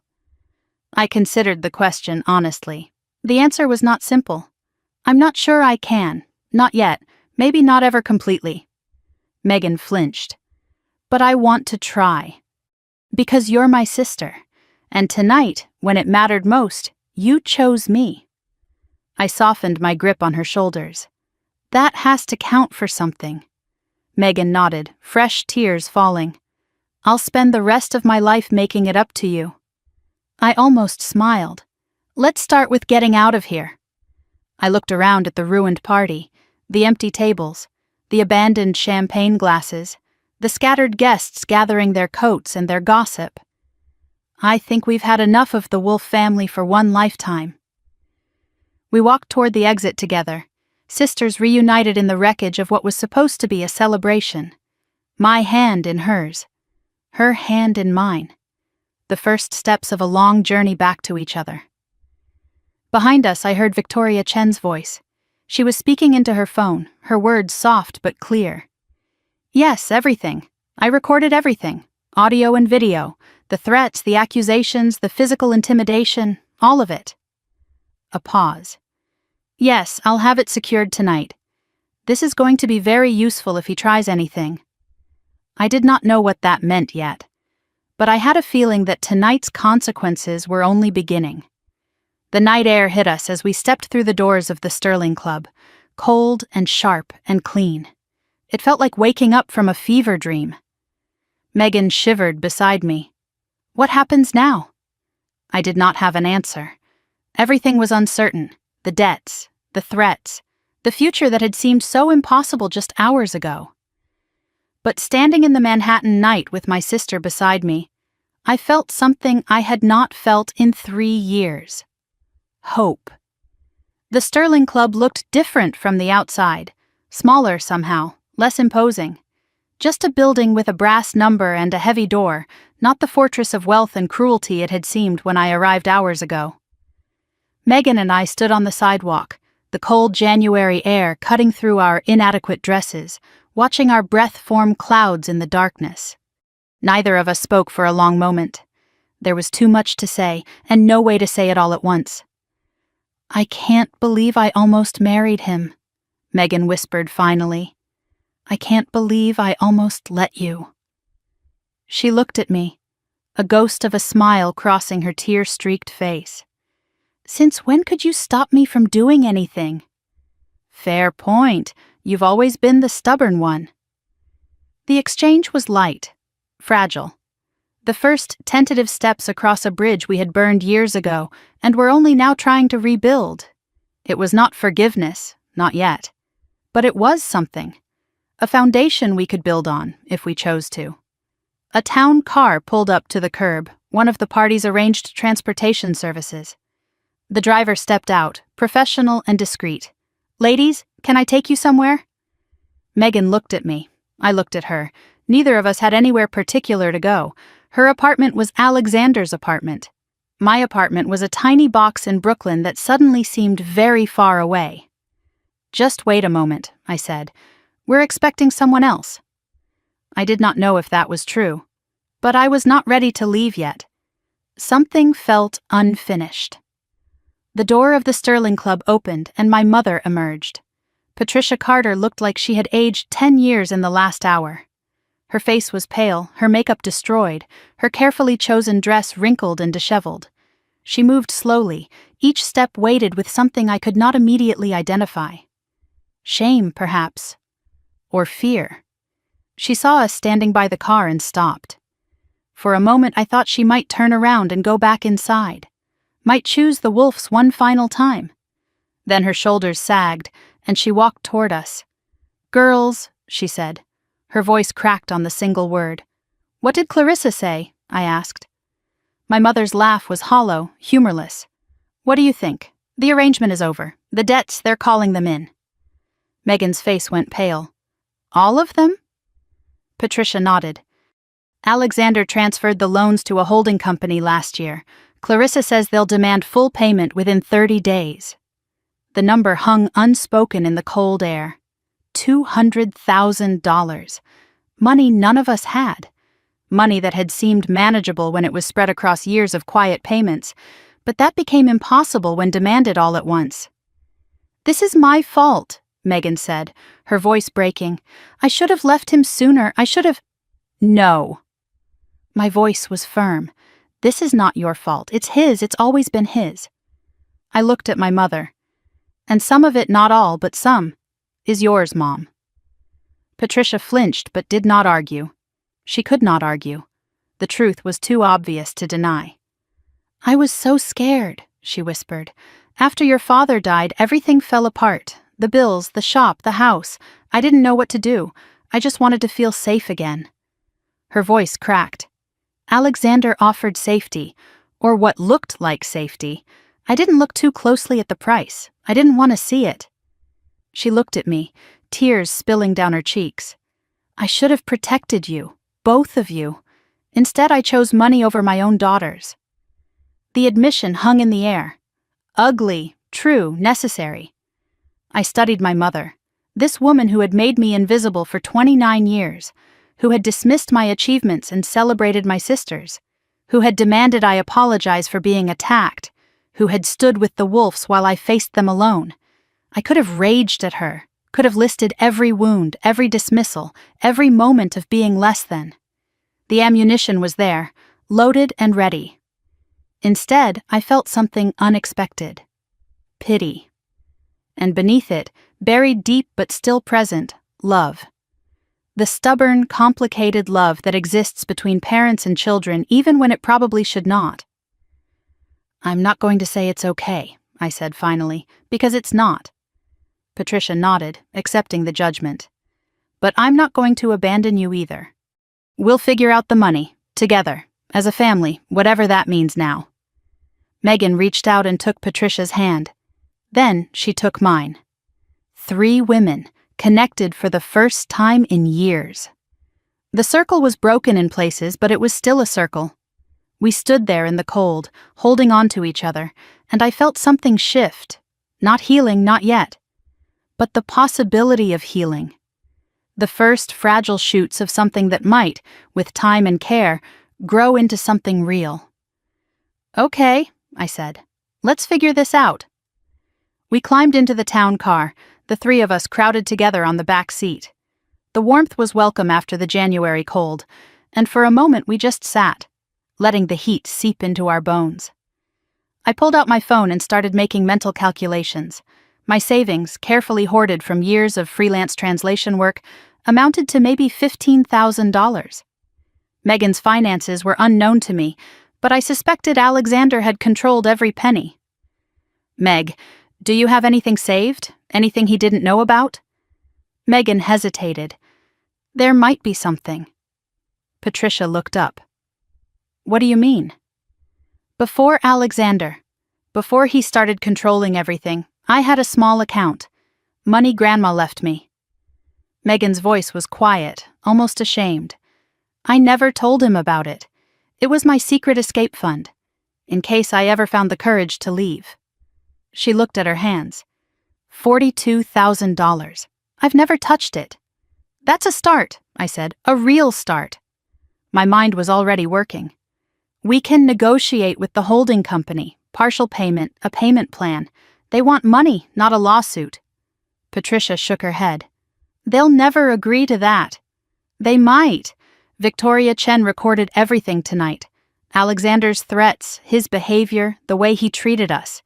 If they push too hard, we push back." I looked at both of them. Alexander can't afford more scandal, not after what happened tonight.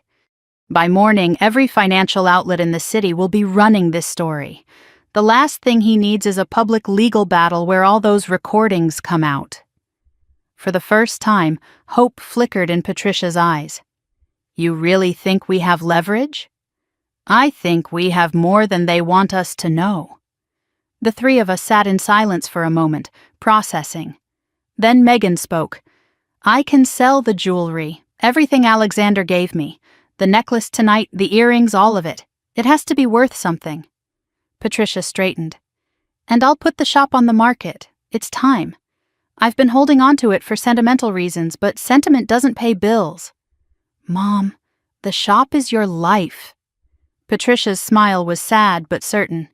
No, you girls are my life. The shop is just a building. I forgot that for a while. The words were small reparations, insufficient to heal everything that had been broken between us. But they were sincere, and that mattered. A knock on the car window startled all of us. The driver rolled down the partition. Excuse me, Miss Carter, there's a gentleman asking for you, a Mr. Lindbergh. My heart stuttered. I looked through the window and saw Henrik Lindbergh standing on the sidewalk, his overcoat buttoned against the cold, his expression patient and unreadable. I'll be right back, I said to my mother and sister. I stepped out of the car and approached the man who had changed everything tonight. Miss Carter, Lindbergh's voice was warm despite the cold. I'm glad I caught you before you left. Mr. Lindbergh, I don't know how to thank you for what you did in there. You don't need to thank me, I simply told the truth. He studied me with those sharp, assessing eyes. What you did tonight took remarkable courage. Standing alone against that room, refusing to break even when everyone expected you to, that kind of strength is rare. I just told the truth, too. No. He shook his head slowly. You did far more than that. You stood alone against a room that wanted you to fall, and when you won, you chose grace over revenge.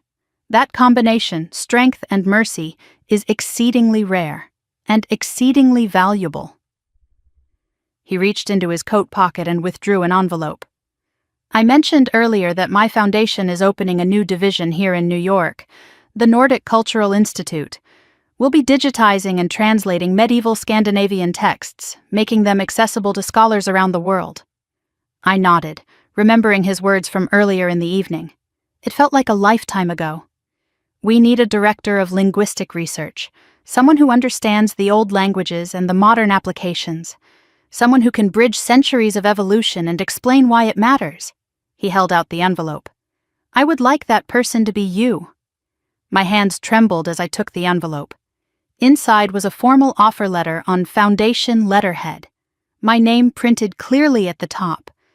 My eyes found the salary line, and my breath caught. $175,000, full benefits, medical, dental, retirement matching, start date flexible whenever I was ready. I could barely breathe. There's something else, Lindbergh said. The Institute has a partnership with Uppsala University, full research privileges, access to archives, collaborative projects with the faculty there. He paused, letting the implications sink in. If you wish, you could complete your doctorate. We would support that entirely. I looked up from the letter, my eyes stinging. Why? My voice came out rough, unsteady. Why are you doing this for me? Lindbergh's expression softened. Because 3 years ago, the academic world lost one of its brightest minds. A young woman with extraordinary talent walked away from everything she had built, everything she had earned, because her family needed her. He met my eyes. Tonight, I have the opportunity to give her back, to give her the life she deserves. The life she earned. He smiled, and for the first time it reached his eyes. Consider it my investment in the future. And my apology, on behalf of a world that let you slip away. I clutched the envelope like a lifeline. 3 hours ago, I had been invisible. Now I was holding the keys to everything I had ever wanted, everything I had thought I had lost forever. I don't know what to say. Say nothing tonight. His voice was gentle. Read the offer, think about it, talk to your family. He glanced toward the car where Megan and Patricia waited. This decision shouldn't be made in the aftermath of chaos. It should be made in the clarity of morning. I nodded, unable to speak past the tightness in my throat. One more thing, Lindbergh said. The path forward will not be simple. Mr. Wolf will attempt to cause trouble. Men like him always do when they've been humiliated. His expression hardened slightly. But I have some experience with difficult men, and I have resources they cannot match. If you need assistance, legal, financial, or otherwise, you have only to ask. He met my eyes with absolute seriousness. You are no longer alone in this. Do you understand? I nodded again. This time I found my voice. Thank you, Mr. Lindbergh, for everything. Henrik. He extended his hand and I shook it. Please, we are colleagues now, are we not? A small smile crossed my face. The first genuine smile of the entire evening.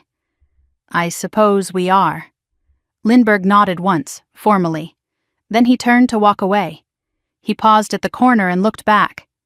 Uppsala remembers Miss Carter, and now, so will the world. Then he was gone, disappearing into the Manhattan night, leaving me standing on the sidewalk with an envelope that contained my future. I stood there for a long moment, letting the reality sink in. The cold air, the distant sounds of the city, the weight of the paper in my hands. For 3 years, I had been surviving, paying bills, treading water, forgetting who I was, accepting that the life I had wanted was gone forever. Now, suddenly I remembered. I was Emily Carter, scholar, linguist, survivor. And my story was not over. It was just beginning. I walked back to the car and climbed inside. Megan and Patricia looked at me with curious, hopeful expressions. What was that about? Megan asked. I looked at the envelope in my hands, then at my family. Broken, flawed, but still mine. I think, I said slowly, it was about starting over. The car pulled away from the Sterling Club. Behind us, the wreckage of an engagement party. Ahead of us, uncertainty, challenges, a mountain of debt. But somehow the future felt lighter than the past. No one spoke for several blocks. Then Patricia reached across and took my hand. I know I can't undo what I've done, the years I wasted, the things I said. Mom, let me finish. Her voice was steady, determined. I can't undo it. But I can do better. Starting now. Starting tonight. She squeezed my hand. You're not invisible, Emily. You never were. I was just too blind to see you. The words did not heal everything. They could not. But they were a start. The car crossed the bridge into Brooklyn. I looked back once, at the Manhattan skyline glittering in the darkness. Then I turned forward. Whatever came next, I would face it as myself. Not invisible, not silent, not afraid, just Emily. And that was enough. My phone buzzed, a text message from an unknown number. But this one was different from the warning I had received at the start of the evening. The recording is secure. Call me Monday. We have work to do. VC Victoria Chen, the lawyer who had watched everything, the ally I had not known I had. I showed the message to Megan, who showed it to Patricia. What does that mean? My mother asked. It means we're not alone, I said. It means Alexander can threaten all he wants, but we have evidence, we have leverage. We have people willing to fight with us. Megan leaned her head against my shoulder. The night is over, she said quietly.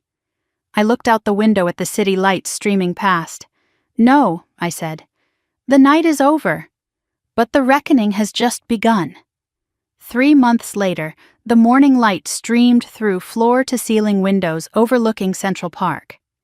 I sat at a mahogany desk in an office I still could not quite believe was mine, surrounded by bookshelves lined with medieval texts and the quiet hum of important work being done. On my desk, a nameplate I looked at every morning just to remind myself it was real. Dr. Emily Carter, Director of Linguistic Research. I was not technically a doctor yet. Henrik had insisted on the title anyway. You will earn it soon enough, he had said.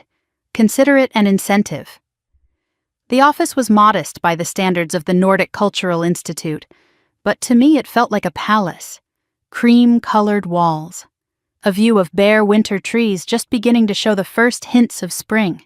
A desk large enough to spread out 14th century manuscripts without worrying about coffee stains. Everything I had dreamed of during those years in my tiny Brooklyn apartment, translating technical documents for grocery money. I was reviewing a newly digitized letter from a Swedish countess, circa 1793, when my assistant knocked on the door. "Dr. Carter, your sister is here for lunch." I smiled. Tuesday lunches with Megan had become a ritual over the past 3 months. A standing appointment neither of us would miss for anything. "Send her in." Megan appeared in the doorway, and for a moment I just looked at her. She was different now. Not just her clothes, which were simpler, chosen by her own hand rather than dictated by someone else's taste. It was her posture, the way she moved, the light in her eyes that had been extinguished for so long. She looked like my sister again, the real one, the one I had missed for 3 years. "Ready?" she asked, grinning. "Starving. Let's go." We walked to a cafe near the Institute, our usual spot.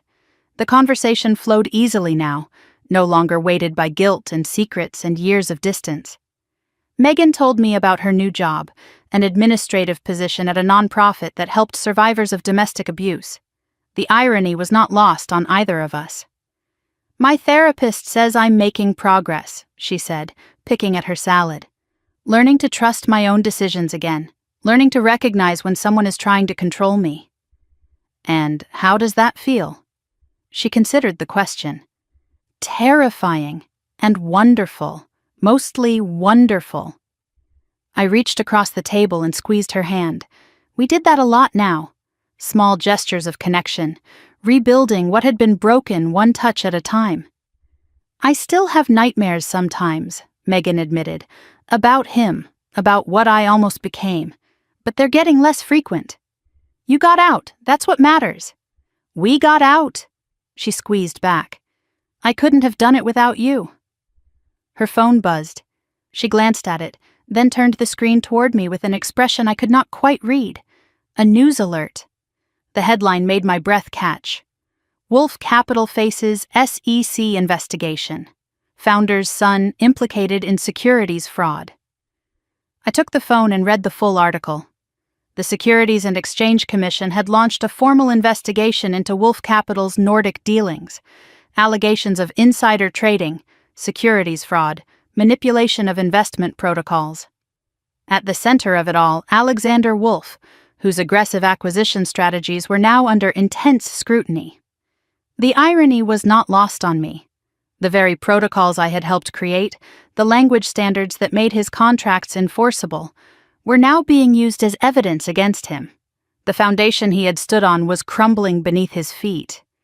"Multiple former employees have come forward with allegations," I read aloud. "The Nordic Investment Trust has filed a formal complaint citing fraudulent misrepresentation. 3 other European funds have joined." I scrolled further. "Alexander Wolf's assets have been frozen pending investigation. Richard Wolf has stepped down as chairman.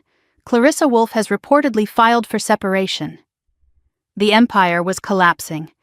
Everything Alexander had built, everything he had used to control and manipulate and destroy, was turning to ash. "Do you feel bad for him?" Megan asked quietly. "Even a little?" I considered the question honestly. I thought about the man who had called me a parasite, who had tried to humiliate me in front of 70 people, who had threatened to destroy my life and my family, who had controlled my sister so completely that she had forgotten how to be herself. "No," I said finally. "I feel bad for the person he could have been, but that person never existed. Maybe it never could have." Megan nodded slowly.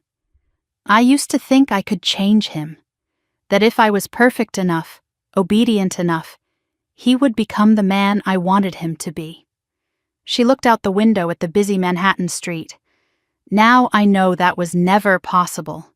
You can't love someone into being a good person. They have to choose that for themselves. And Alexander never chose anything but power. I handed the phone back to her. Enough about him. He's taken up enough of our lives. Megan put the phone away. You're right. I don't want to give him any more space in my head. We returned to our salads, our conversation, our rebuilt lives. Alexander Wolf was becoming what he had feared most: irrelevant. My phone buzzed with a text from Patricia. Saw the news. Couldn't have happened to a nicer man. Dinner Sunday? I'm making your father's lasagna. I smiled. My mother was trying. That was all I could ask. Sunday dinner had become another ritual. Patricia's new apartment was smaller than the house she had lost, but it was hers. Paid for, honestly. No strings attached. I arrived early to help with the cooking. We worked side by side in the tiny kitchen, chopping and stirring and tasting, the kind of domestic scene I never thought I would have with my mother. Megan told me about her college acceptance, Patricia said, adding garlic to the sauce. I cried for an hour. Happy tears. The happiest. She paused, wooden spoon hovering over the pot. Both my girls finding their way. What more could a mother want? I did not answer immediately. The question contained too much history, too many years of feeling unseen and unvalued. But I was learning to let go of some of that weight. Carrying it was exhausting, and it did not change the past. I know I've said it before, Patricia continued, her voice careful, but I need to say it again.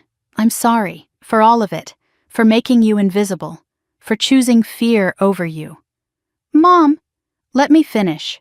She set down the spoon and turned to face me. I can't undo those years, but I can make sure the ones ahead are different. I can see you now, Emily, really see you, and I'm so proud of who you've become. Her eyes were wet. You deserved better. You always did. I set down my own knife and hugged her. It was awkward at first. We were not a family that hugged easily, but then she relaxed into it and so did I. I know, Mom, I said into her shoulder. I know. We held each other for a long moment. Then the timer went off and we pulled apart, laughing, wiping our eyes, returning to the practical work of making dinner. The debts were paid now, not easily but completely. Megan's escape fund, the sale of the house and the shop, my first months of salary, and a settlement negotiated by Victoria Chen. Alexander's legal troubles had made the Wolf Holding Company eager to avoid additional complications. They had settled for 60 cents on the dollar and a mutual non-disclosure agreement. The Carter family owed nothing to the Wolfs. Finally, truly free. After dinner, I stepped onto Patricia's small balcony. The city spread below, lights glittering, life humming, possibility everywhere. I held a glass of champagne, barely touched, and let my mind wander back to that night. The Sterling Club, the Swedish words, the silence before I spoke. I remembered Alexander's face when I answered him. The moment everything changed. The satisfaction of watching his assumptions crumble. But it was not the Swedish that had saved me, I realized now. It was not the Lindbergh Protocol or my credentials or my academic achievements. It was the decision to stop being invisible, to stop accepting less than I deserved, to stand up and speak even when the entire room expected me to stay silent. I had spent most of my life believing that if I was just quiet enough, helpful enough, invisible enough, people would eventually see my worth. I had believed that sacrifice and silence would earn me love and respect. I had been wrong. Silence had not earned me anything except more silence, more invisibility, more of the life I did not want. That night, I had chosen to speak, and speaking had changed everything. I understood now what I could not see before. Silence is not always weakness. Sometimes it is strategy, sometimes it is survival. There are moments when staying quiet is the wisest choice, when the battle is not worth fighting, when patience serves better than confrontation. But there comes a moment when silence becomes complicity, with others' cruelty, with your own erasure, with a life half lived because you are too afraid to claim the whole thing. That night at the Sterling Club, I found that moment. I crossed that line. And I would never go back. The door opened behind me. Megan stepped onto the balcony, 2 glasses of champagne in hand. "Room for one more?" I smiled and made space beside me at the railing. She handed me a fresh glass, and we stood together, looking out at the city that had witnessed our worst night and our new beginning.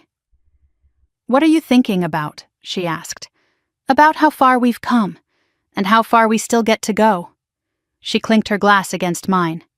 "To the journey, to the journey." We drank in comfortable silence.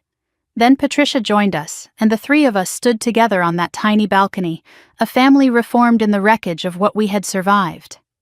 "To new beginnings," Patricia said, raising her glass. "To second chances," Megan added. I completed the toast. "To family, the real kind, the kind that shows up." The champagne was cold and bright and full of promise. Later, as we were cleaning up the dinner dishes, Megan asked the question I had been asking myself for 3 months. "Any regrets?" I thought about it. Really thought about it. The years lost, the fellowship abandoned, the invisibility endured, the family that had failed me, and the family we were slowly becoming. "No," I said finally. "Everything that happened, even the painful parts, led me here. To this kitchen, to you, to who I am now." I smiled at my sister, at my mother, at the life I was building from the ashes of the one I had lost. I wouldn't trade that for anything. I dried my hands on a dish towel and looked out the window at the city lights. "Besides," I said, "if I hadn't gone through all of it, I wouldn't have such a good story to tell." And that is how a so-called invisible sister silenced a room full of billionaires without raising her voice. It is a reminder that true class is not about what you wear or what language you speak or how much money you have in the bank. True class is about how you treat people, especially when you think no one important is watching. Alexander Wolf learned the hard way that you should never underestimate the quiet one. She might just be waiting for the right moment to speak.